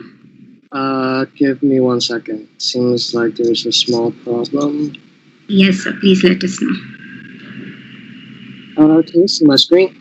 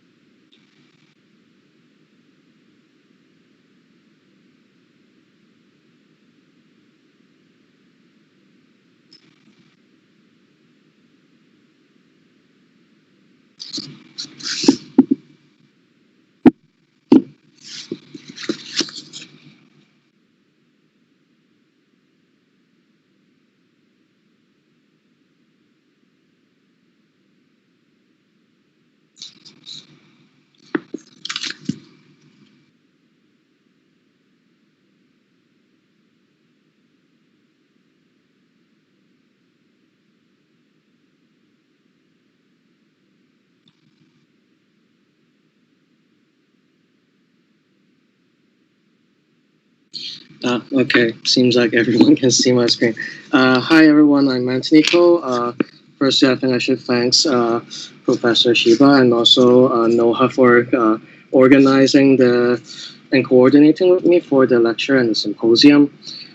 So I entitled this lecture as Amalgamation, Assembling Memories in the Time of Unknown. I think relating to the theme of the symposium, paradoxical architecture, practicing as an architect or practicing architecture, no matter with license or not, itself is already a paradox, because to be an architect, I think we should always search for paradoxes or agendas or problems or phenomena that designers, artists, or all these kind of design disciplines should try to tackle and try to resolve problems, rather than doing something just for the sake of its own appearance, rather than the notion or the meaning of it. So thanks for the brief explanation of my background. So I'm Antonico again, and then I'm currently working in OMA Office for Metropolitan Architecture in Hong Kong, and graduated from Bartlett School of Architecture, UCL, and previously I was in Hong Kong University before my master in London. So I was based in Hong Kong, live in Hong Kong for more than 20 or even close to 30 years. I was born in Australia, and then it was quite funny because at that time, like during 1990 something, lots of these Hong Kong people actually migrated to other places because of the handover. So it is like already a paradox, like a skeptical idea of what the future will be, what Hong Kong will be, and what this city, so-called international city, is going to merge itself. So the title of amalgamation, the meaning of it is like trying to bring two things together, trying to combine it, or trying to make two old things into something new or something that could bring two positive changes. So for me, my own personal practice, or as an artist, or under the name of Dilemma Studio, we try to use drawing methodologies and some sort of experimental installations to use these alternative medium, alternative designs method to create provocations that could provoke nostalgia, provoke social amnesia, creating memories, documenting history, and resurrect evidences in through the form of architecture or practicing it. So I brought to this lecture 3 projects among the recent ones I did. And then this is a small snippet of all the recent or more recent projects I did. So you can see that, I did some sort of drawings, which some of them are exhibited globally from Royal Academy of Art. Some of them are more like public initiations that try to extract the drawing or the theoretical project's idea into reality. Most of them are regarding more on the experimental side rather than like really making a commercial building. And then this diagram, I think it's worth it to put it here because recently I'm trying to really try to distill the idea of how we do designs as an artist or architects. We receive different project briefs from clients or even a self-initiation. And what should we do, whether we should just for the sake of making cool forms or making cool, more attached to the trends of the recent age, and that's why we do design, or in our sense or in our way of believe in Dilemma Studio and under myself, we think that we should figure out researches in a much more rigorous way. We wouldn't be like a really specialist in some sort of topic, but then we can find some sort of reasons and some figure out a theory and figure out a quick manifesto for each project. So we construct an agenda, making something and figuring out the problem and the ways to create provocations and designs that correlate to the idea and expressing this dilemma. I am going to present 3 projects from ranging from what the first project is this one, an activist artifacts, which is a theoretical project. It is produced in 2017. And then I'll have two other projects, which is Nostalgia's, a pavilion project, which was done in 2019, and another project which is really recent, a Chinese medicine and the tea shop combined into one shop design in Hong Kong, which is just done like a few weeks or even still under some sort of ratification. So under these three projects, I will try to explain how practicing architecture is actually very paradoxical, and then also it is a means of trying to harvest and try to find ways to express history and memories to the wider public or the wider audience. So for the first project, an activist artifact, it is based in the Frontier Close area in Hong Kong. And in the Frontier Coast area in Hong Kong is actually the border of between Hong Kong and Shenzhen or China. And then on the left side, the picture, it is taken in 1964. So at that time, I mean, this line, this river is called Shenzhen River, obviously, and it is the border that separates Hong Kong and Shenzhen.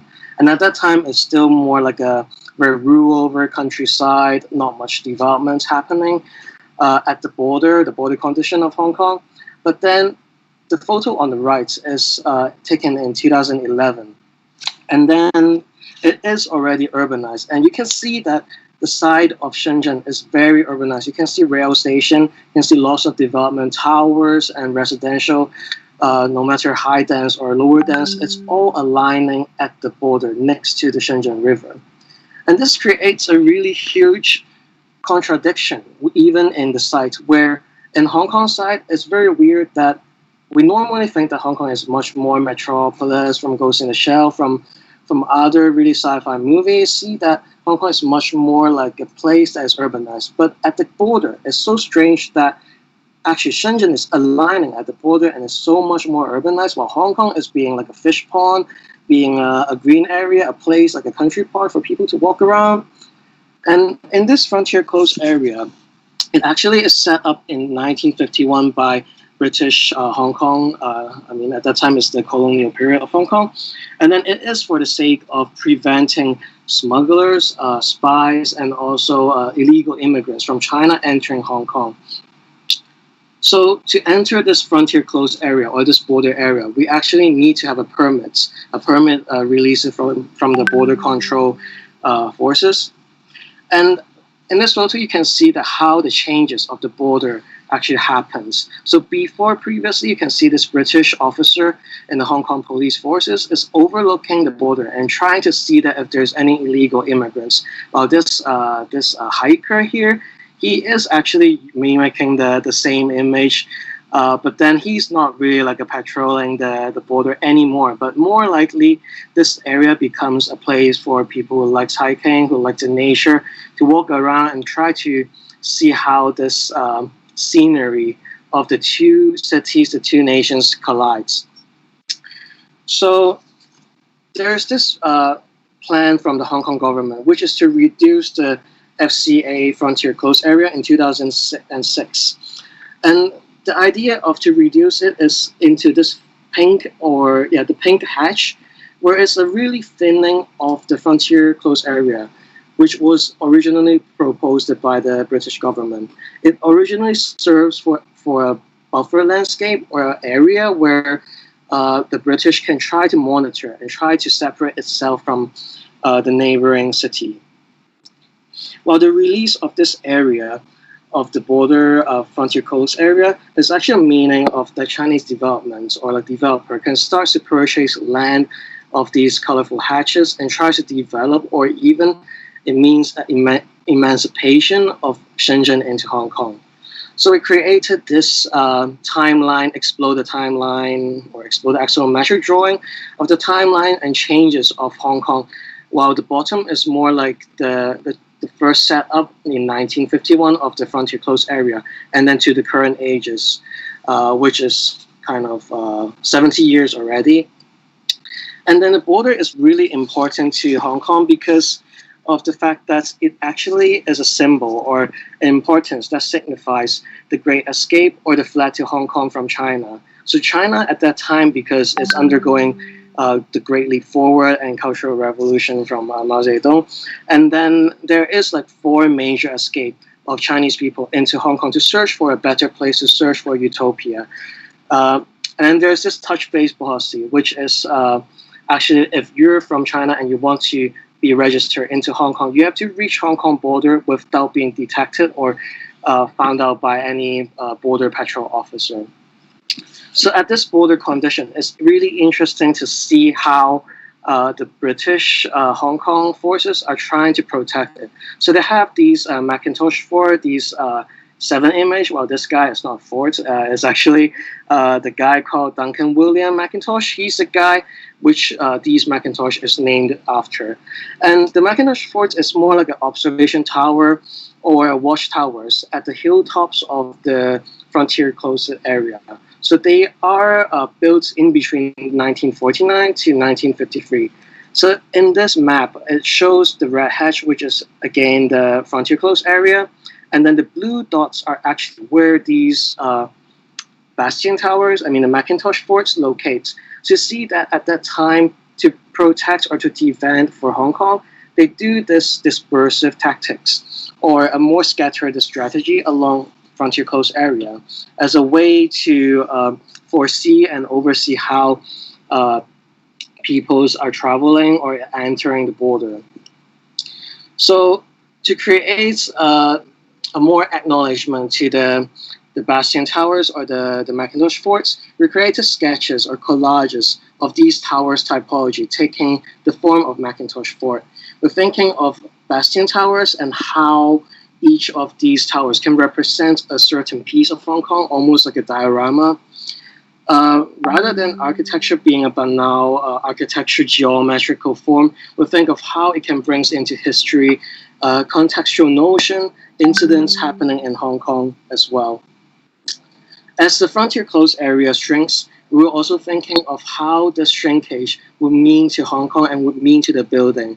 It almost, you can imagine that this border would becomes a building where the building outline or the facade outline would becomes the border of Hong Kong, where it serves as a defense to the Hong Kong's identities and how these history are being framed and erased. Then we think about how ways we can try to use arts or use different tactics, methodologies to try to bring into these notions of memories and incidents, facts and truth of the history of Hong Kong, which is really important in the context of Hong Kong because we were always facing news, we're always facing different politics, micro-politics to really regional and national politics. And then how can we really know about and try to digest what is real, what is wrong, and try to create an archive of it, trying to create an index of all these different incidents. So think about 3 ways of doing these things, which this drawing is kind of small, but then the first one is trying to use artistic invention, creating subversive art as a way to embody these incidents, these political agendas. The second one is using photographical as evidences, which relates to Rosaline Crow's idea of index, using photographic evidences to document truth and documents things that actually happened. And the last one is more like totems, artifacts, and symbols of history. For example, maybe an umbrella, which means umbrella movement, or the on signage, which means the Tong Tak pawn shop, which was recently demolished in a really brutal way without letting people know about its demolition.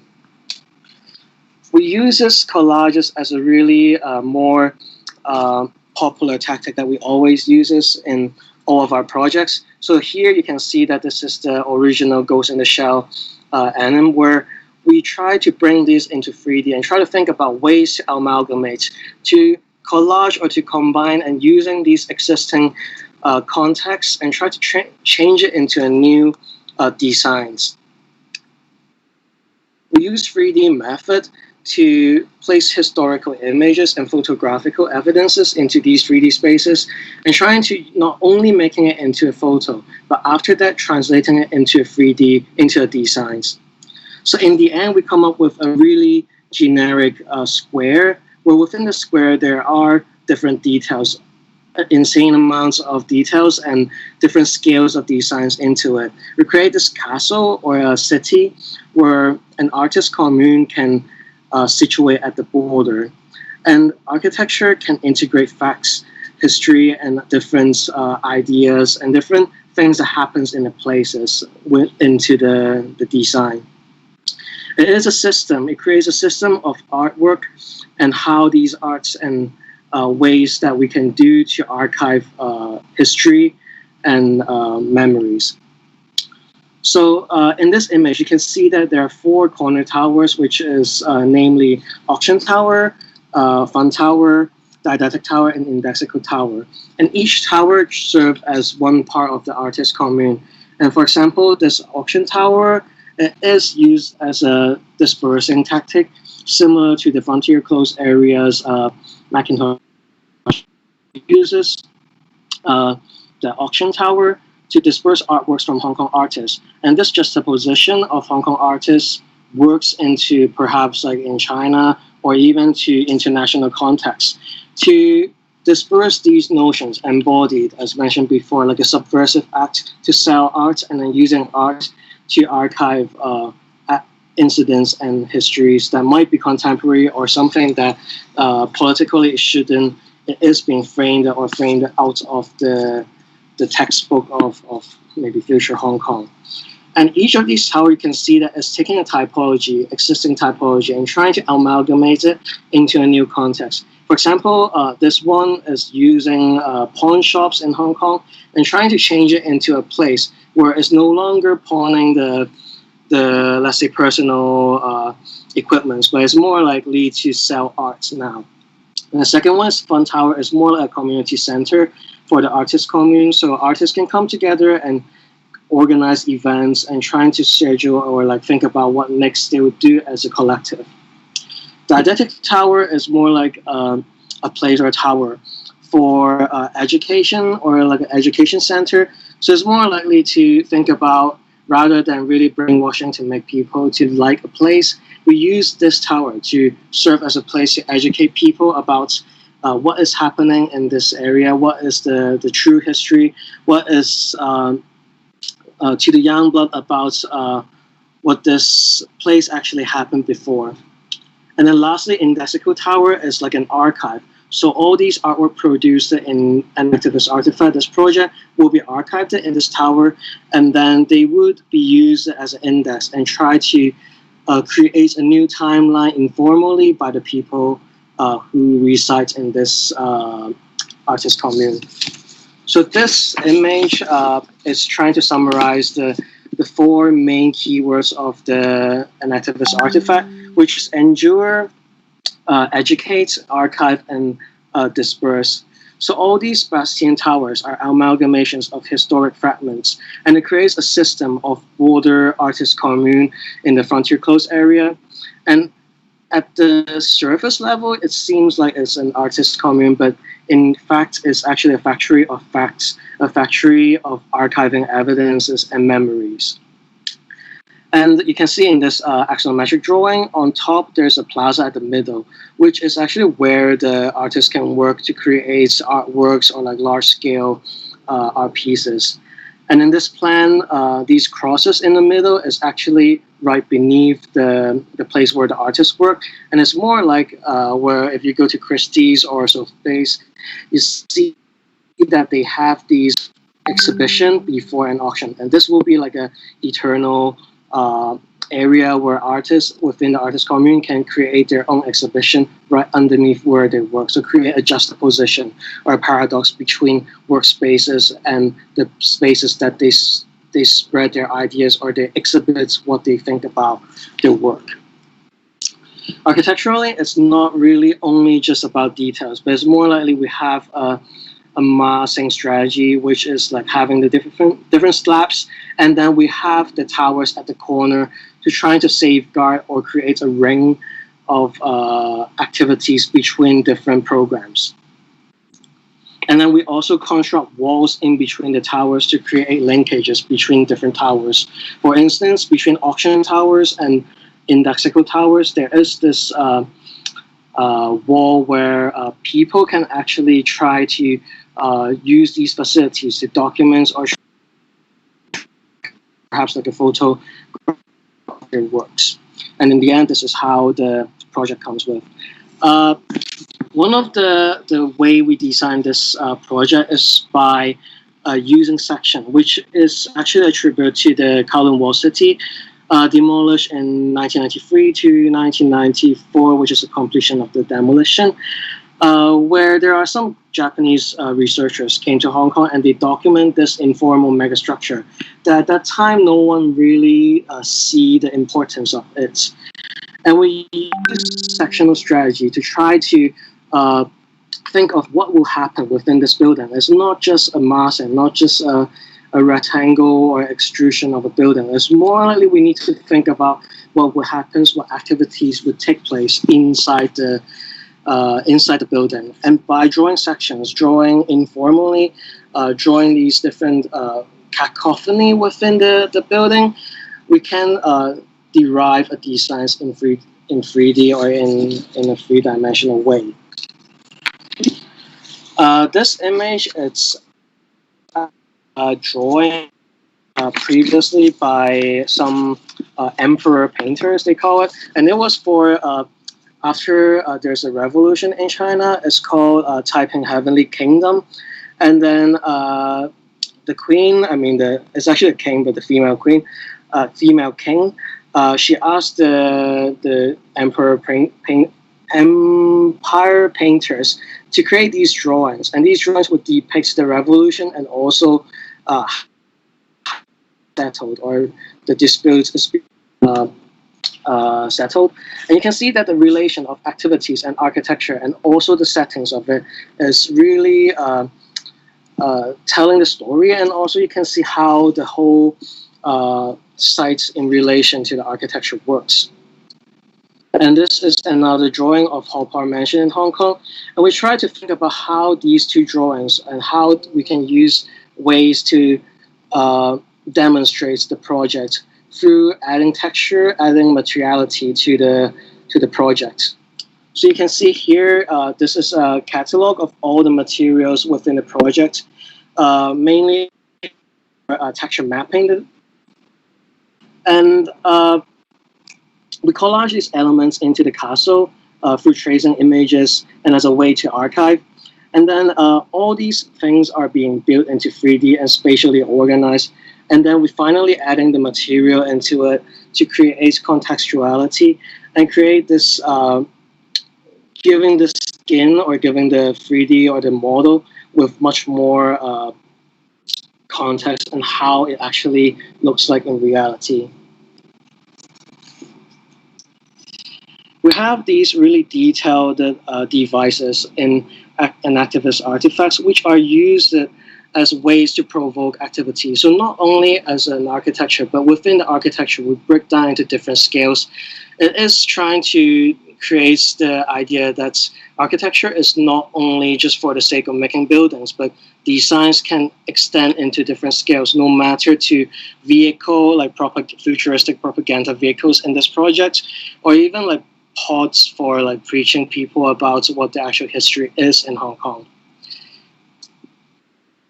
So you can see in this Explore the Excellent metric where different parts of different elements of the designs comes together, and then they create this ecosystem of creating artworks as a way to subvert and also to archive what is happening in Hong Kong.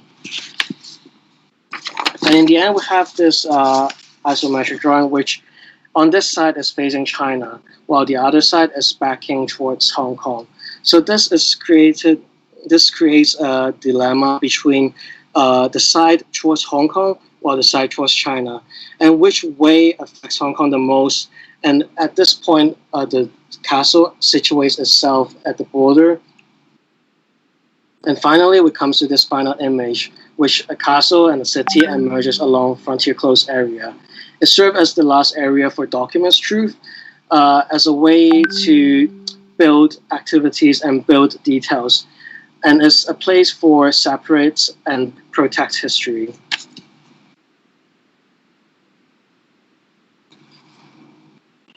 And within an activist artifact, we have all these drawings which are displayed and exhibited at different exhibitions and areas, and we use this as a way to show the political notions and also to appropriate and update these activities that happens within the city. And all in all, I think the project shows that architecture can be used as a way to subvert and also to create attentions and to delineate histories that actually happens. So the second project will be Nostalgias, and Nostalgias is a pavilion which is commissioned by Hong Kong Public Space Initiative and also office. So the project is the brief is for constructing a pavilion. It is for hosting the organization's events on Kowloon City and also to create this idea of how people would be aware of collective memories in Hong Kong. So in this image, you can see that there's an airplane flying across the hilly sites behind. And that is actually where Kowloon City, or actually Kowloon Wall City situates.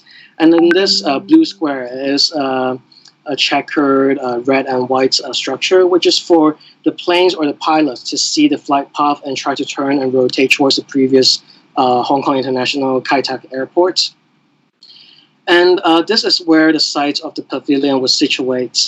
And in previous projects, APO, Art Promotion Office, actually commissioned some other designers to create this bench, which this bench is obviously trying to refer to the Checker Hill and how that actually is so important to Kowloon City at that time.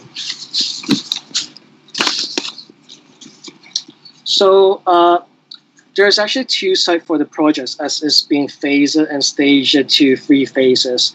And on the left side is Kowloon Jai Park and the right side is Moores Park.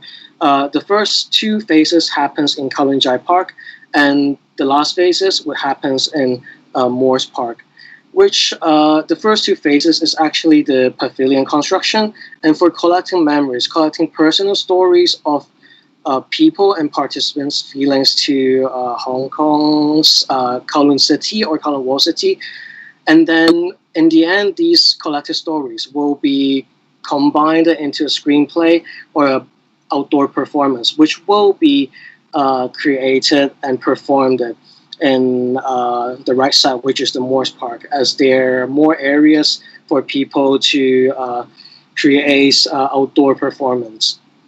So originally, we have these top row of 4 images from the clients, which was saying they want to have a post boxes, a mailboxes, and also an idea of how it might be a tent or glowing structures, which mainly most of it is really regarding to create memories or create a small building that can allow people to be reminiscent to the past.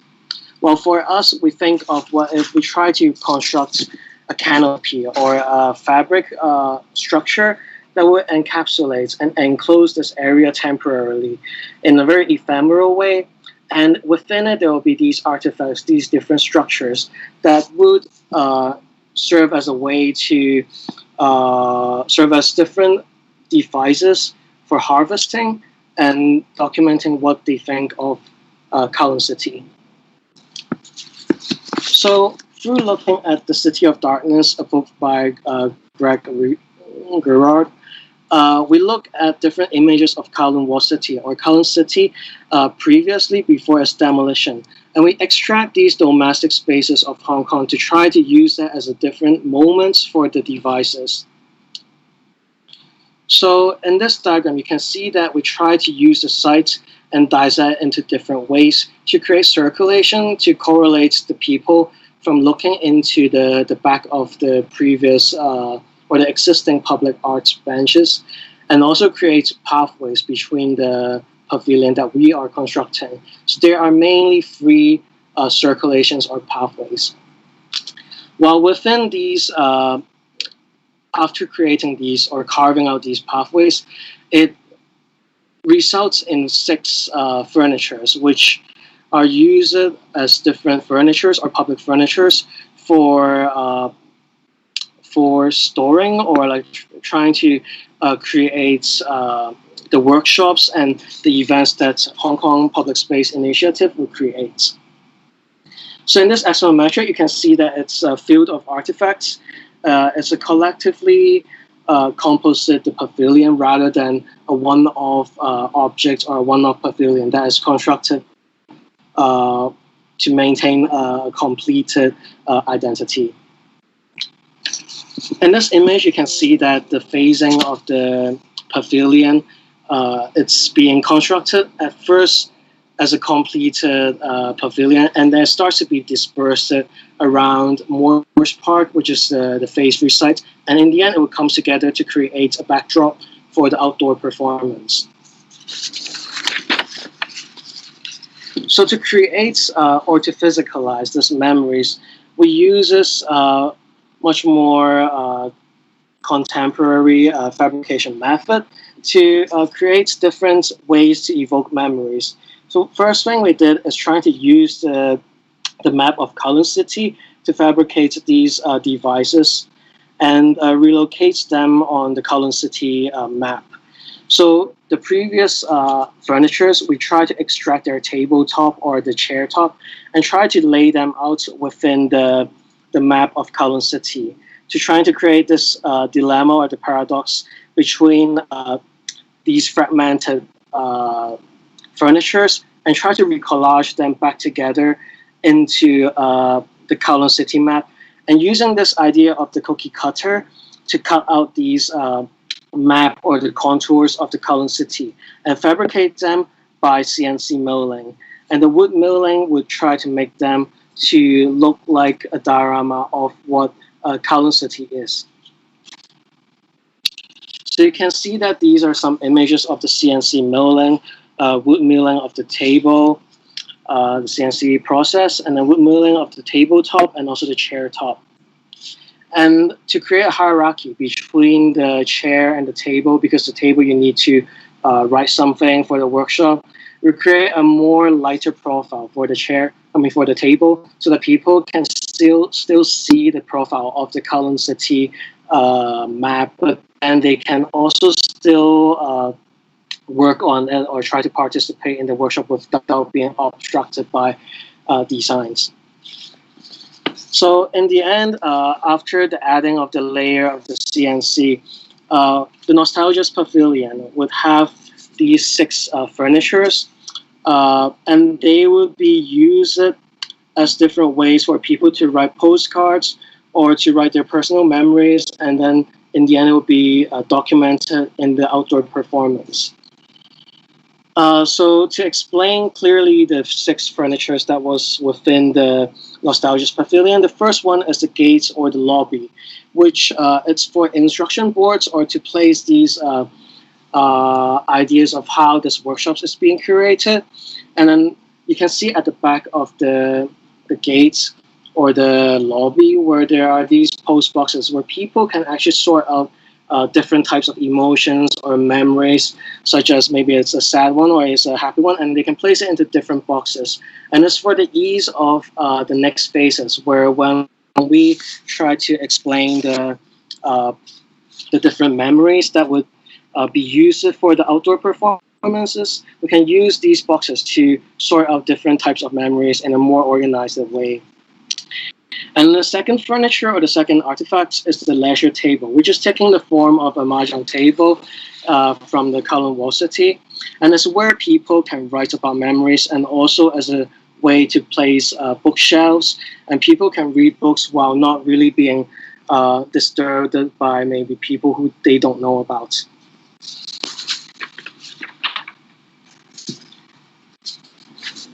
The third artifact is the post boxes. So it is an installation for a connection to the past, where time, where people or while the time passes. And this contradicts because when you look inside the mailbox, you can see the previous images of the Kowloon City. And then this slit allows person to also place their memories or in the form of a postcard within this mailboxes. And then Hong Kong Public Space Initiative, which is Hong Kong PSI, will help them out to send these postcards to people they would like to reconnect. So the previous lobby is for creating a collaborative or a collective screenplay at the end of the project, while this mailbox is more like connecting people point to point, one to one. And then the fourth artifacts is the making room, we call it, or it's more like a space in the shop houses, at the front of the shop houses, where people are using that as a way to create stuffs or to use as a space to sell stuffs. Well, here we take the similar typology, but then we use it as a way for instructions or instructing workshops for collaboration with different workshop inductors. So you can see in this images where, this one is not an image of the workshops, but people can stand at the middle and try to induct the participants of the workshops around it. And then the fifth one is the bed, which is trying to create a place or a leisure area for people to lay down, and also it's less like a rigorous furniture compared to the previous one, but it's still an important piece for creating a space for people to, when there are workshops around the pavilion, people can still sit around and trying to write memories or write postcards.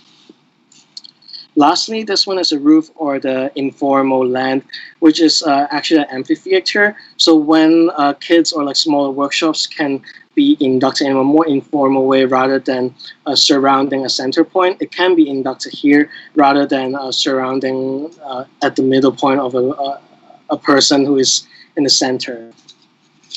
So this is an overview of the nostalgias with participants sitting around, but actually they are more likely the people from Hong Kong PSI, and then they take this photo around the pavilion.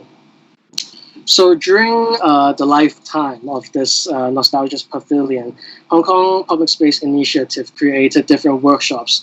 And these workshops are actually a collaboration with different artists and different, let's say, craftsmen in Hong Kong. For example, this one, it's more likely a person who creates paper tearing, and he's actually always in the Kowloon City Park.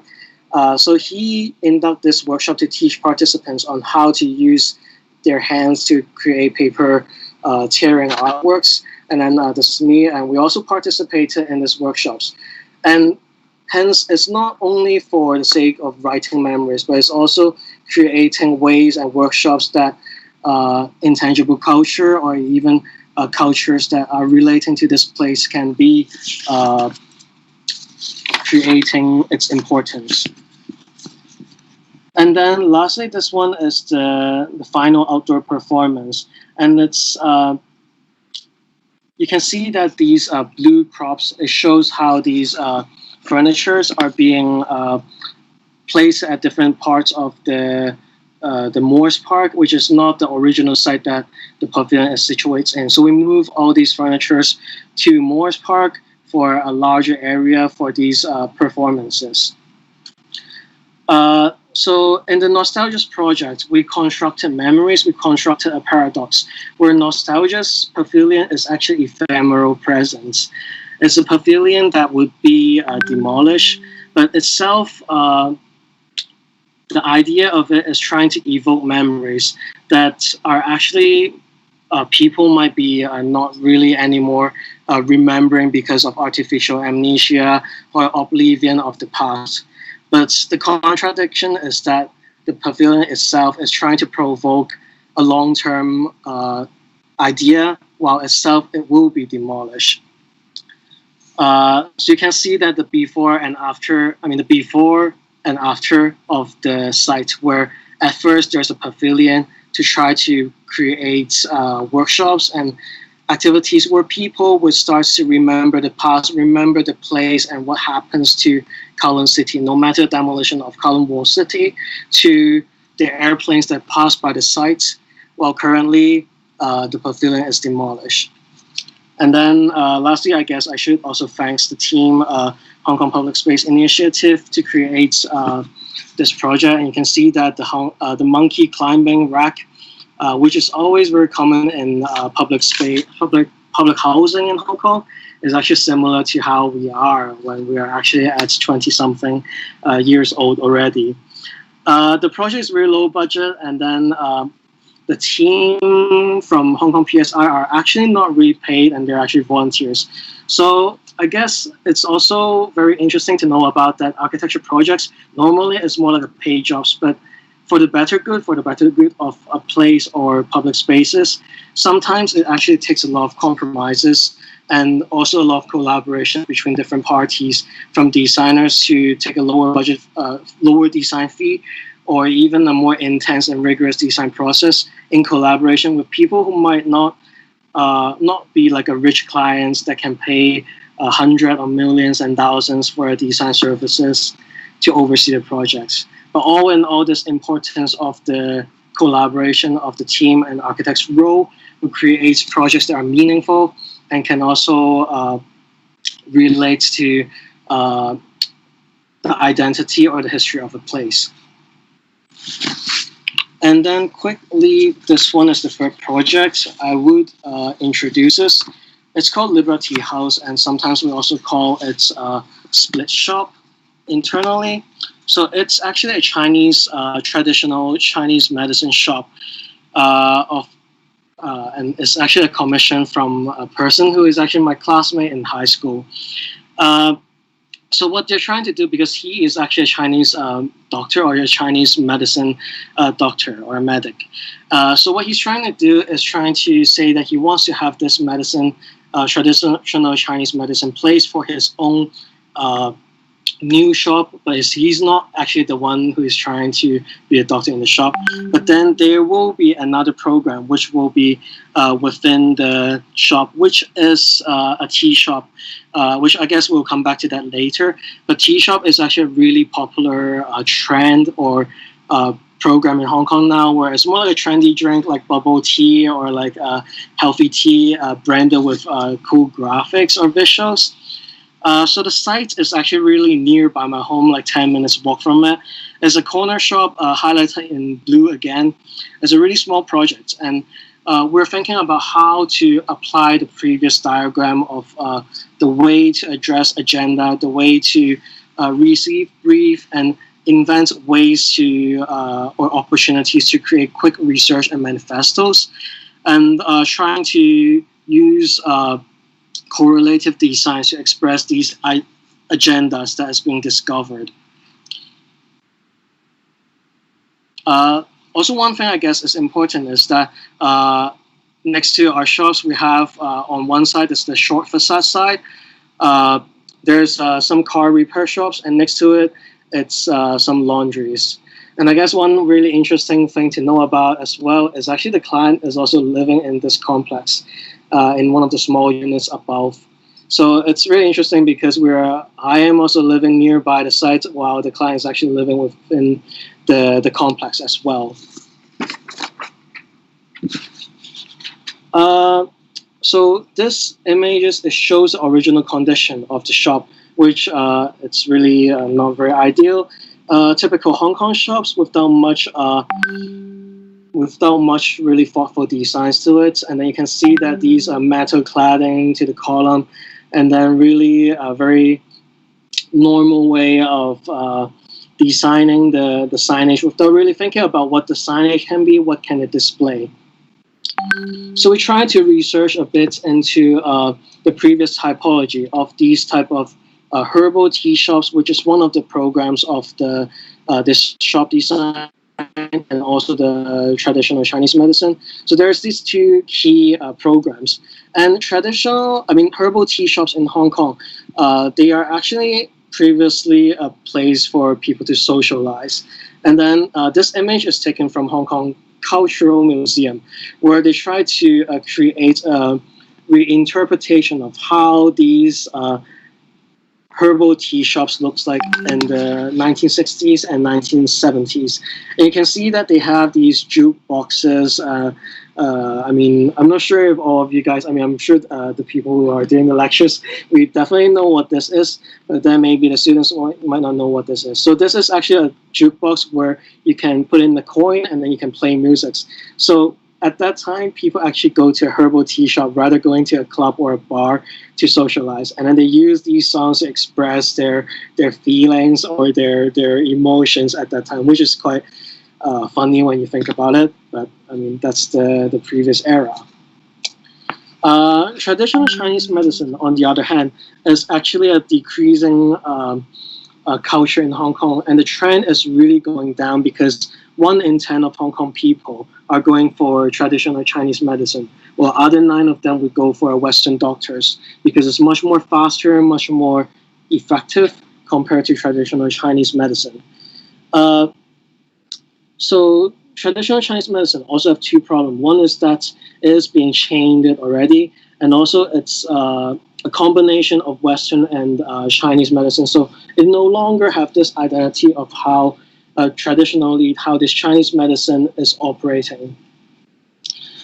So I try to download online and show that how these, I mean, try to give myself a reference of how other people design Chinese medicine shops. And you can see that most of it is really not very much thinking of the past or the culture or the way how traditional Chinese medicine operates.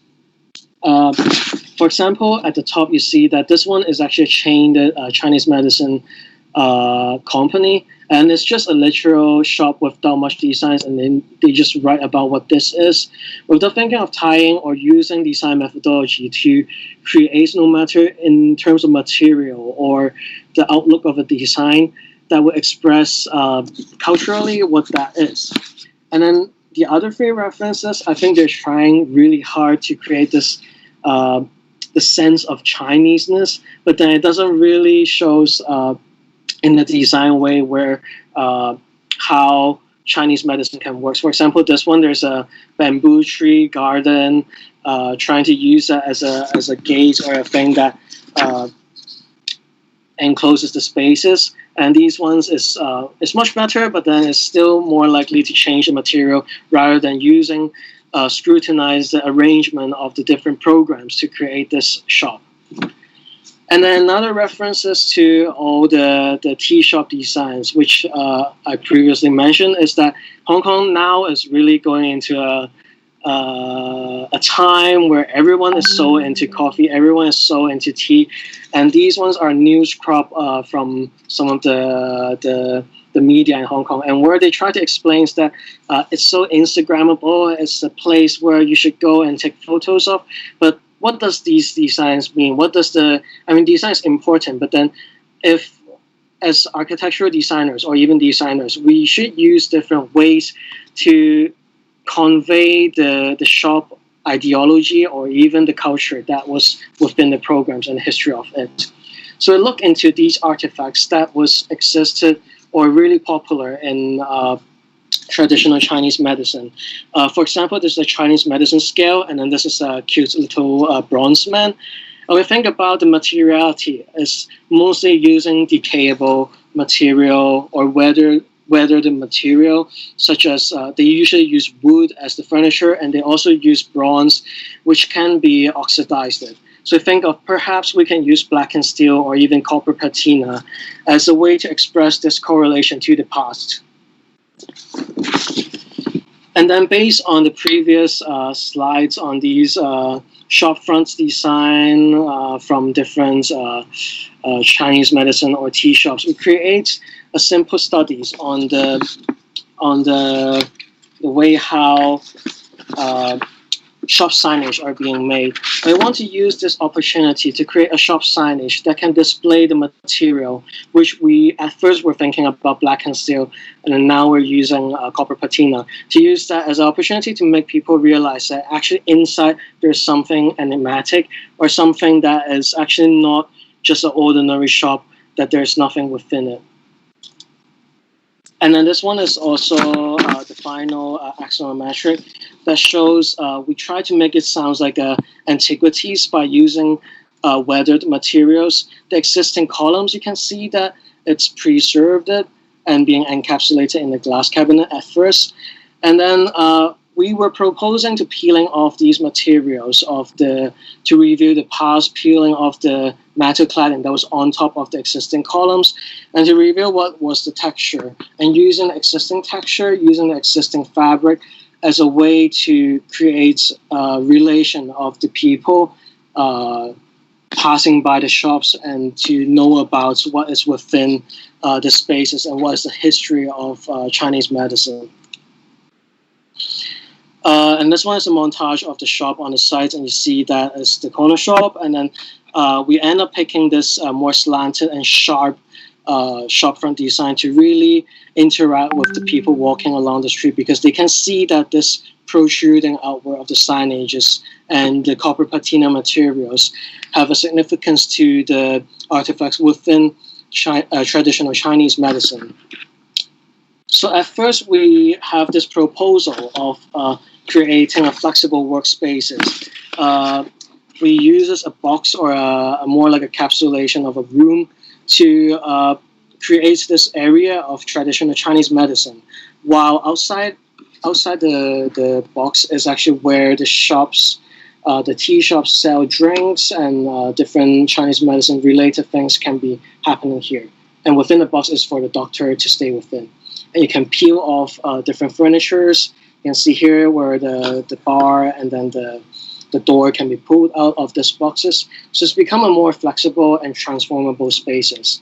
But I mean, in the end, because of some sort of license purposing, and also we were trying to figure out if this is really the best method to create the plan for the projects. And then we start to think about deviating from this idea of a cabinet, and then we try to use that contradiction of the new tea shop programs, which is this tea shops here, and also the old traditional Chinese medicine program to create a tension, create a detachment in between the two spaces. So in the end, we are actually inclined to create a split shop, creating a middle point where the shop is being split into two halves, where one side is the tea shops, while the other side is for the doctors. And in between, there is actually a trapdoor for communications between the doctor and the receptionist. So it's creating this idea that traditional Chinese medicine perhaps is no longer a program that is up to the date or is being more aware by the people, but then there's still this linkage to the contemporary tea shop that we can create through this small little intervention.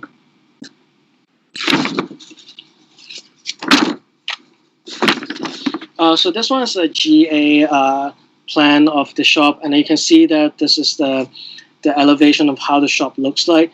So the shop actually, in the end, we try to split it into different glasses and try to use this as a way to reduce and create a more suspicious, or even like a way that's how people, when looking through the shops, perhaps they can't really see the doctor spaces and the tea shop spaces. So within this, there's a trapdoor where it can be opened and the doctor can pass on the receipts and the notes to the nurse or the receptionist, and they can fetch the medicine that is required and try to give it back through this trapdoor to the doctor to check. And because in front of it there's a neon light box, which is a mirror light box, people can't really see what is happening behind the scene, but there's actually a relation between the two programs.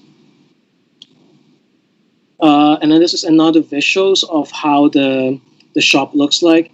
And the doors can actually, these two doors can be fully open to cater the flexible idea of the clients, where they actually want to have this as a space for inducting workshops as well, during perhaps a weekend or Sundays, Saturdays, to create workshops that delineate and shows the importance of Chinese medicine and their core idea of balance of life.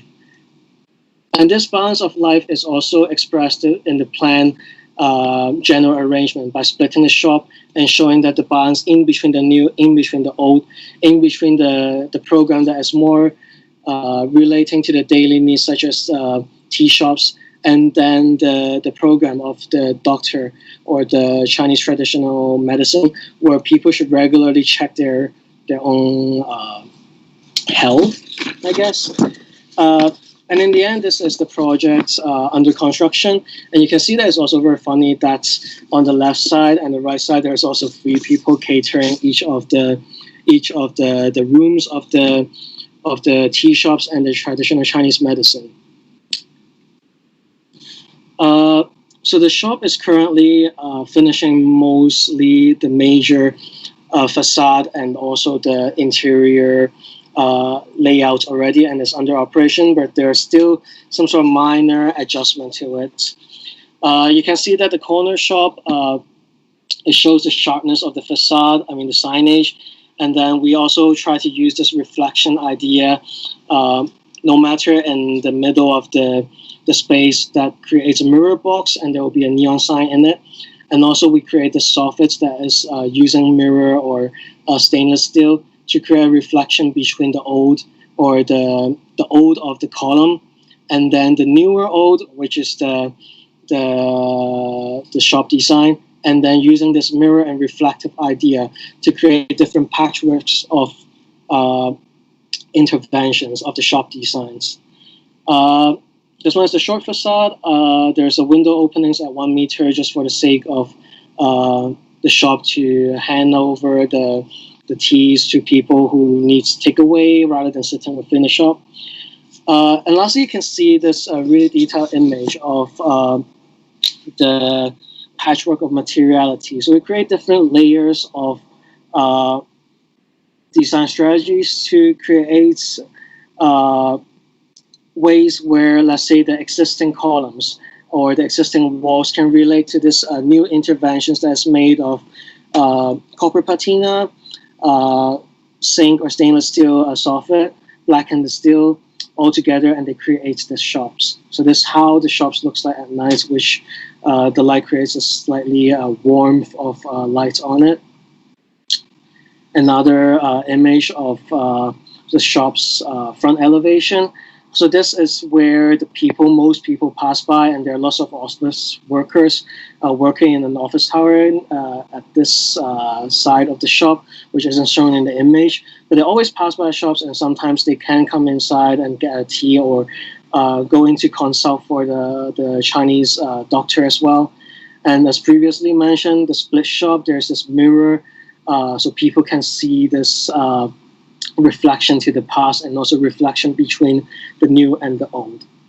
And an elevation of the project, and it's somehow how we visualize after adding the brand identity and also some smaller intervention and also the handrails, the door handles, which we're still working on it. So I think that's mostly the projects that I'm explaining, the 3 paradoxes of an activist artifact, nostalgia project, and the Libra Tea House. And I would like to also play a video which is about an activist artifact to show how we actually use this different ways or mediums to explain ideas or theoretical ideas. Wait a second, it's this one.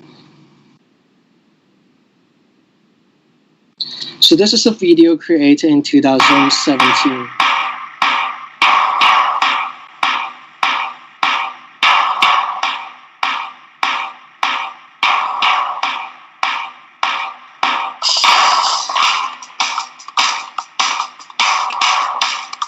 It explains how architecture can incubate cities' history and its aura or the memories it has.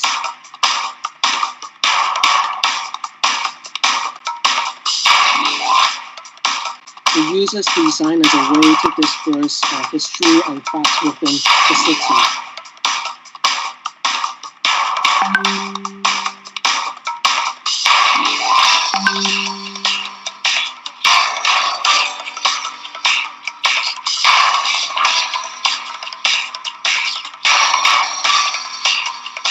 the importance of collective memories and showing the identity of the place can be preserved through architectural designs and means of different design tactics. There's also a question of how Hong Kong is whether it will still be the same after the handover in 1997.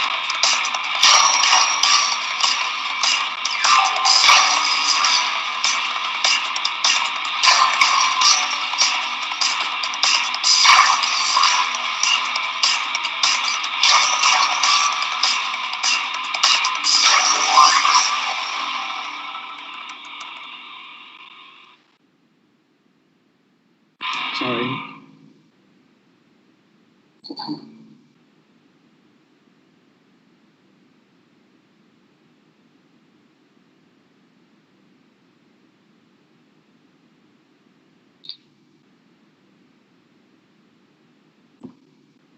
So I think to conclude the lecture, I think that paradoxes exist in the form of different phenomena and agendas that demonstrate glitches and negligence in history and identity of places. So it can be addressed through intentions and provocations to alter the current states. I think architects is actually itself is a very paradoxical profession because during the time that we're building, we're actually at the same time demolishing the previous place and previous identity.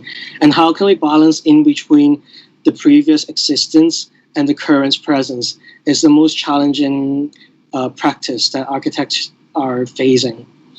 From the three projects, you can see that there are different paradoxes being outlined. For example, an activist artifacts is a progression of Hong Kong as a city or as a nation itself to engulf more and expose to further influences, which would be actually benefit to itself. But however, it's not really what the governing forces wants it to be. Rather than eradicating certain cultures and history and notions of what the people thinks, which is what actually happening currently in Hong Kong. And also there's also the paradoxes where the frontier close area between Hong Kong and Shenzhen is creating these differences between the two sides. And the provocations is that architecture can be subversive. It can activate and create cacophony. So through dispersing and migrating to resurrect identities from erasure, even it might be a very tough situation. We can still create ways to invent and to resurrect things that might be politically eradicated. And then for the second paradox or the second project, nostalgias, I mean the paradox is about social amnesia or I call it artificial amnesia, and where people start to get used to the idea that we are forgetting, we are okay to be materialistics, and then we ourselves are not really trying to be reminiscent to things that happens, no matter as neighborhood or places. And then also the pavilion itself is ephemeral, and at the same time it is constructing memories.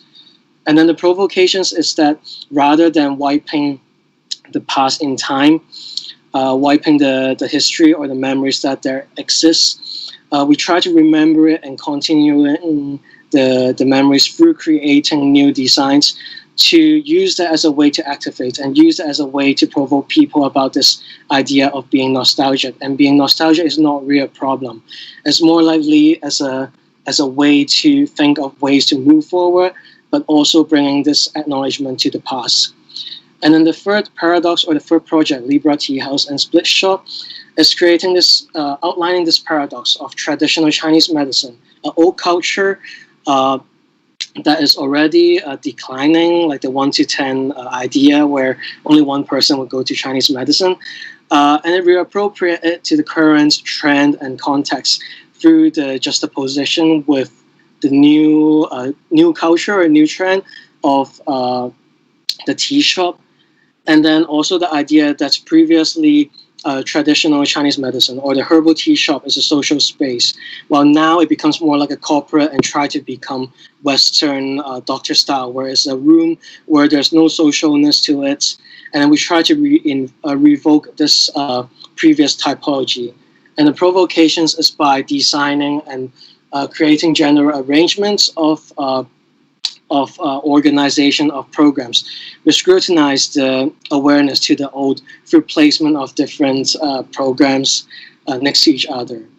And rather than adjusting the design trend or our own style to the cliche or the current popular hits that most people are pursuing for instance, like let's say lots of people are using terrazzo, using specific materials. We try to figure out a methodology to express the promotions, deep notions in terms of context and things that would relate to this story, and to explain to people about this endangered culture and how we can, as designers, even though they might, let's say the general wider public might not exactly sense the design method, sense the design intent, but through the outlook of it or through the appearance, they can start to realize there's this attempt to archive and index culture and history.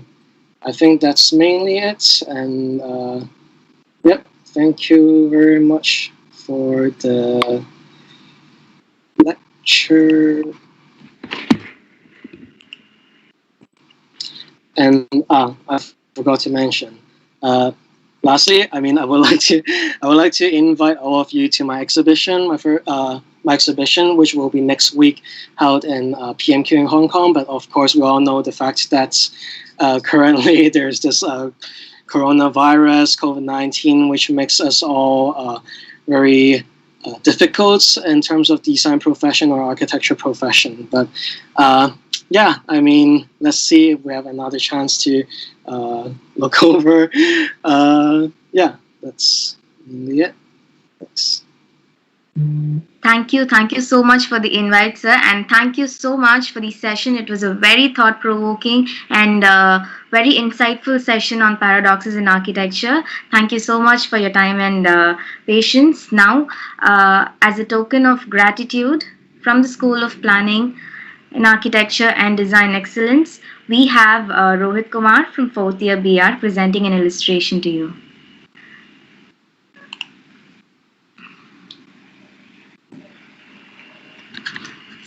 So this is done by a student from 4th year BR, Rohit Kumar. This is an illustration that he would like to present to you, sir. This is a token of gratitude from us. Thank you. That's very cool. I didn't have that much mustache or beard, but thanks. That's actually what I'm looking for. Thank you so much, sir. Now, we are open to take a few questions. Students from the attendee can raise their hands and ask a question, and attendees from the live session can comment their questions on the comment session. Okay, we have Noah Tanangadan asking a question.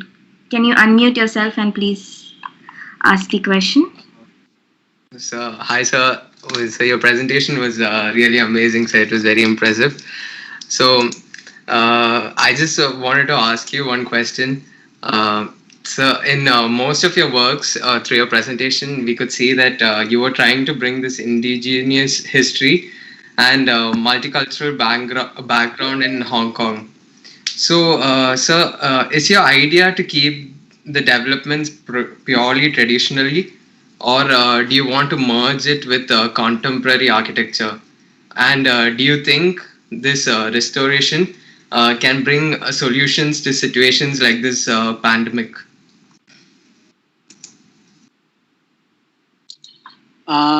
For the first, let me restructure a bit first. First question.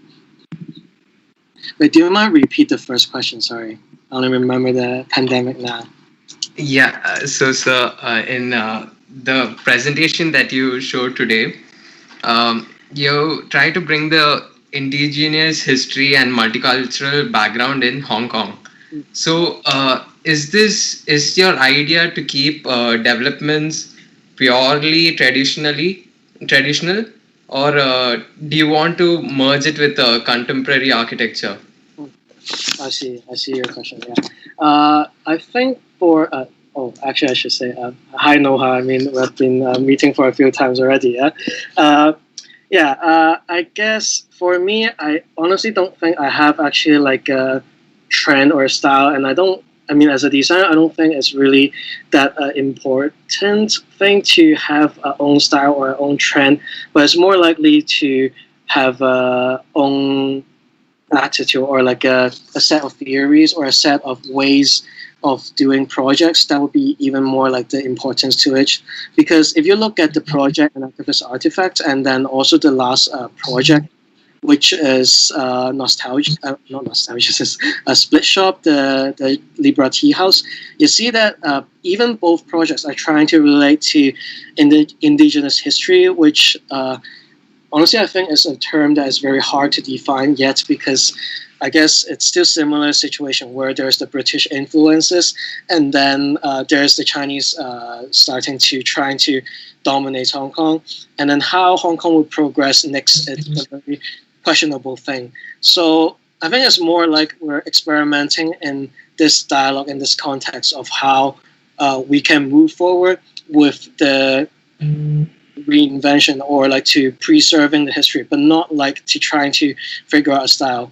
I mean, when you look at an activist article behind me right here, you see that it's much more like there are lots of crazily detailed traditional architecture to it. I mean, sometimes maybe it's really important that, but like it is like every project there's a manifesto. Every project should develop a quick theory to it. I mean, that's what I believe in.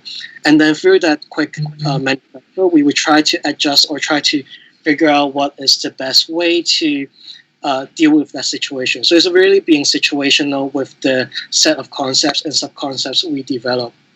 And then to the next question, which is the pandemic. I think personally, while I structure the lecture, the 3 projects I'm placing is actually, I'm not sure, do you guys sense it, but the first one is a theoretical project. It's not really built, but the idea is really it's being exhibited in lots of places, and it's really repetitively having its presence in a more like a paper architecture idea. The second one is a pavilion. It's built, but it's temporary. The third one is physical, but then, I mean, not sure, maybe like 1 or 2 years or 10 years later, it will be demolished. So you can see that architecture itself, it's hard to say that how long it will exist, how long that duration would be.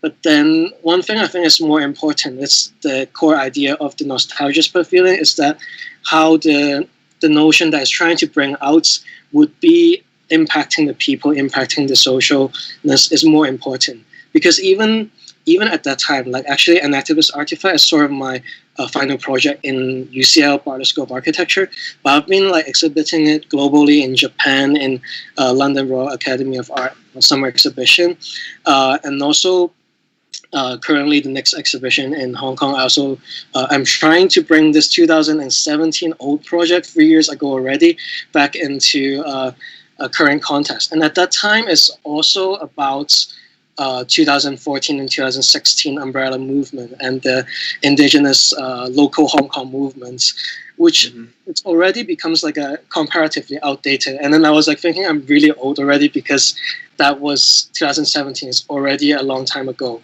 kind of. And then to the pandemic situation, it's actually the same thing where designs, no matter it's paper architecture, no matter it's just a provocation, rather than it's like a commission, a client brief, a really rich billionaire in Hong Kong or India coming to you and be like, no, I have this commission. I think sometimes it's even more restricting because commission projects, you see that they have an agenda. They also have their own political side, and they would want you to do something that might be adjusting to their needs.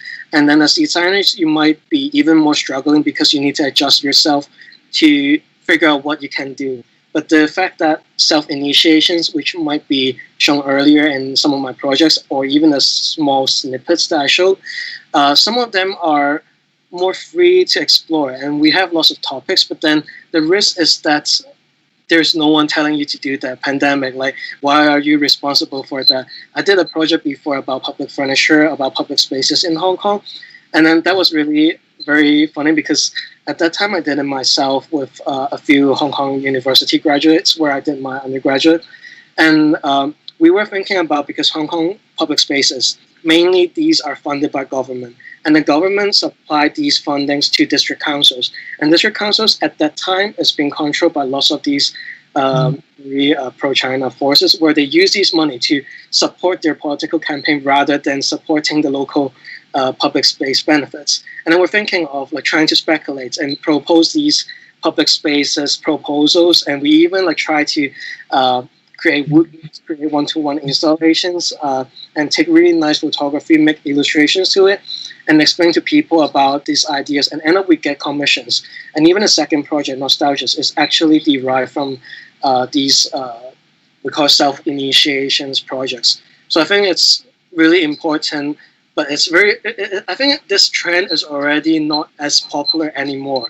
And people would only think that working for a famous office, working for someone who is decent is more important than inventing something or being experimental. Even when I look at, I wasn't fully on Mark's lecture, but I see like the way he do it is also very experimental. And nowadays, not really lots of people doing that. And that would always tie to academic architects or slightly research or artist architects, but that not really should be the case. And I think as students or as young architects, let's say, I'm not yet 30 yet, so I guess we should all try to explore these self-initiations and potential of addressing topics all the time, because when we look at Archigram or even Metabolist, they always do these, even it was 40 or 50 years ago already, Peter Cook is already like 80 something, they still do these drawings or even do these magazines for the sake of making people knowing about some notions, knowing about some agendas. And to the extent that what that agenda, what that topic would be, it depends on different people. Perhaps you would like to talk about sustainability, and then that sustainability is not like the cliche green architecture, but more like how there are lots of wastes, these type of things. Yeah. Thank you very much, sir. Once again, your presentation and this question was really inspiring. Thank you very much. Thank you, Noah. Thank you so much, sir. Students having any more queries and questions can put it forward to the organizers. We will definitely make it reach Architect Anthony. Thank you so much, sir. We had a great session with you. Really, thank you for your time. Thank you so much, sir.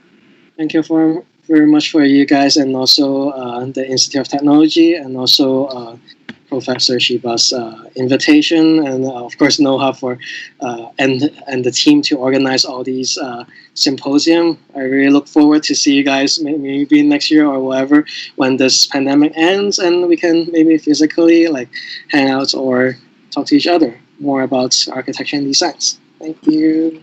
Thank you so much, sir. So with this, we culminate the technical session for day one, and more importantly, we come to the end of day one, Mirage Chiaroscuro 2020. But this is not the end, because we have a more exciting lineup of events lined up for tomorrow. So we have the keynote speech by architect Sheila Sri Prakash, an interactive session with architect Brinda Somaya, and a lot more fun technical events. So if you want to catch them up, you have to be virtually present with us at 10:30 tomorrow. So see you all virtually tomorrow. And with this, we come to the end of today's session. We also have a quiz, a technical live event happening right after this session. So all the participants are requested to attend, and you can also witness the quiz. Thank you so much for everybody's presence. Thank you. Have a good day.